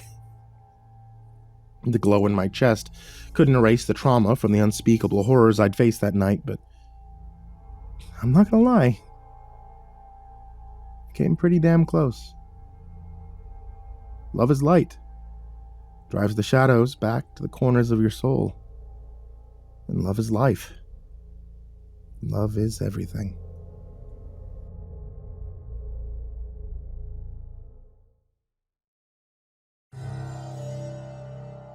I was still too fucked up to drive, so I left my car in the parking lot and started walking. Vic remotely buzzed the gate open from his office. He flicked on the intercom and his voice crackled. I'm gonna tow your piece of shit car to the dealership. You can come get it after work on Monday. Now hit the road. The walk home was long and strange. I traversed a twisting landscape of shimmering streetlights and dangling stars. By the time I got there, I was starting to come down from the tea. It was an immense relief to be almost sober again. I was incredibly tired, and I felt worn out right down to my skeleton. I was ready to sleep for 1,000 years. To my surprise, I found Len waiting for me outside my apartment building. I hadn't seen or spoken to him in weeks. I tentatively said, Hey man, how are you? Haven't seen you in a while, not since then. I let the rest of it hang in the air between us. He pitched his cigarette into the street and rumbled, Long time no see. You really fucked me over that day, Billy. Me, I'm not the kind of guy who lets that sort of shit slide. Neither's Victor. I grimaced and said, Yeah, I get that. I'm sorry about what happened, man. Like, for real, but I had to see Kaz, you know? I had to make sure he was gonna be okay. Fucking guy was playing Russian roulette, for crying out loud. Len gave me a sour smile. He let out a deep breath and said, Yeah, I get it. You're a decent kid and you ain't no little bitch. Never would have thought and be looking at you. But know what they say about books and their covers. He put a heavy hand on my shoulder and cleared his throat. Anyway, I'm not here to make small talk.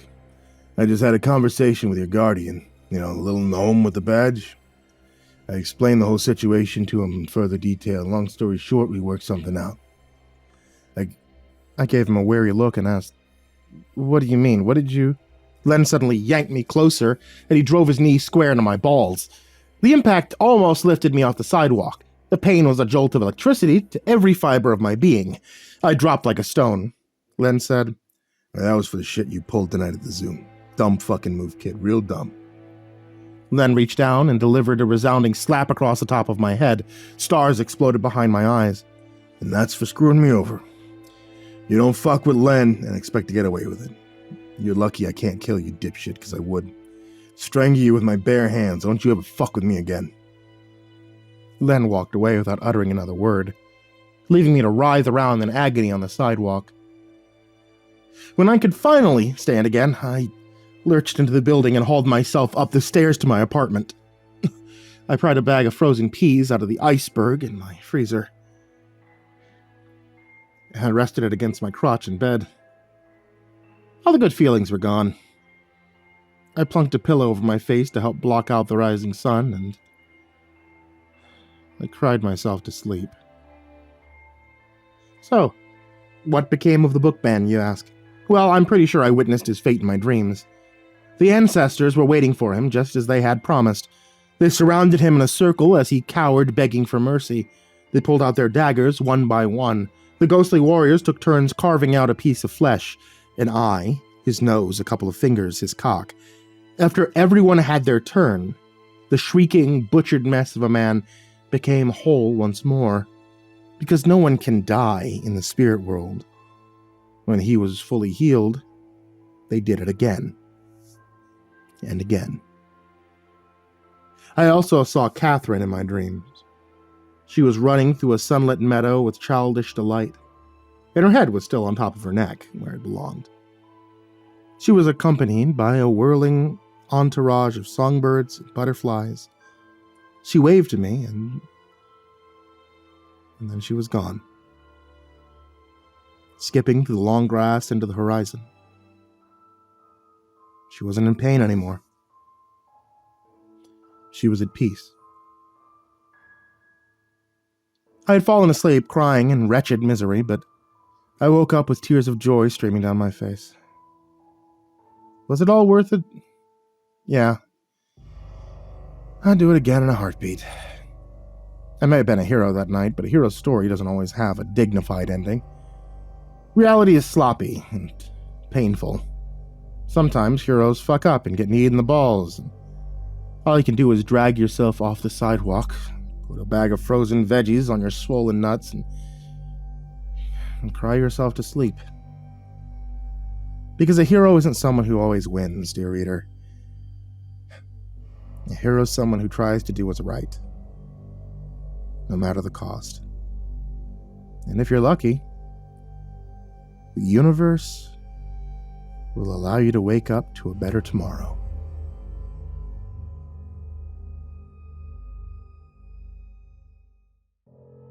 If you enjoyed hearing The Bookman or any other tales from Bonesaw Vic's Cryptozoological Garden, please check out the link in the description down below to T.W. Grimm's Patreon. Supporting him on Patreon allows him to be able to write more parts like this as little side stories for Bonesaw Vic, and also allows him to write Bonesaw Vic. So thank you all so much for listening, and sweet dreams.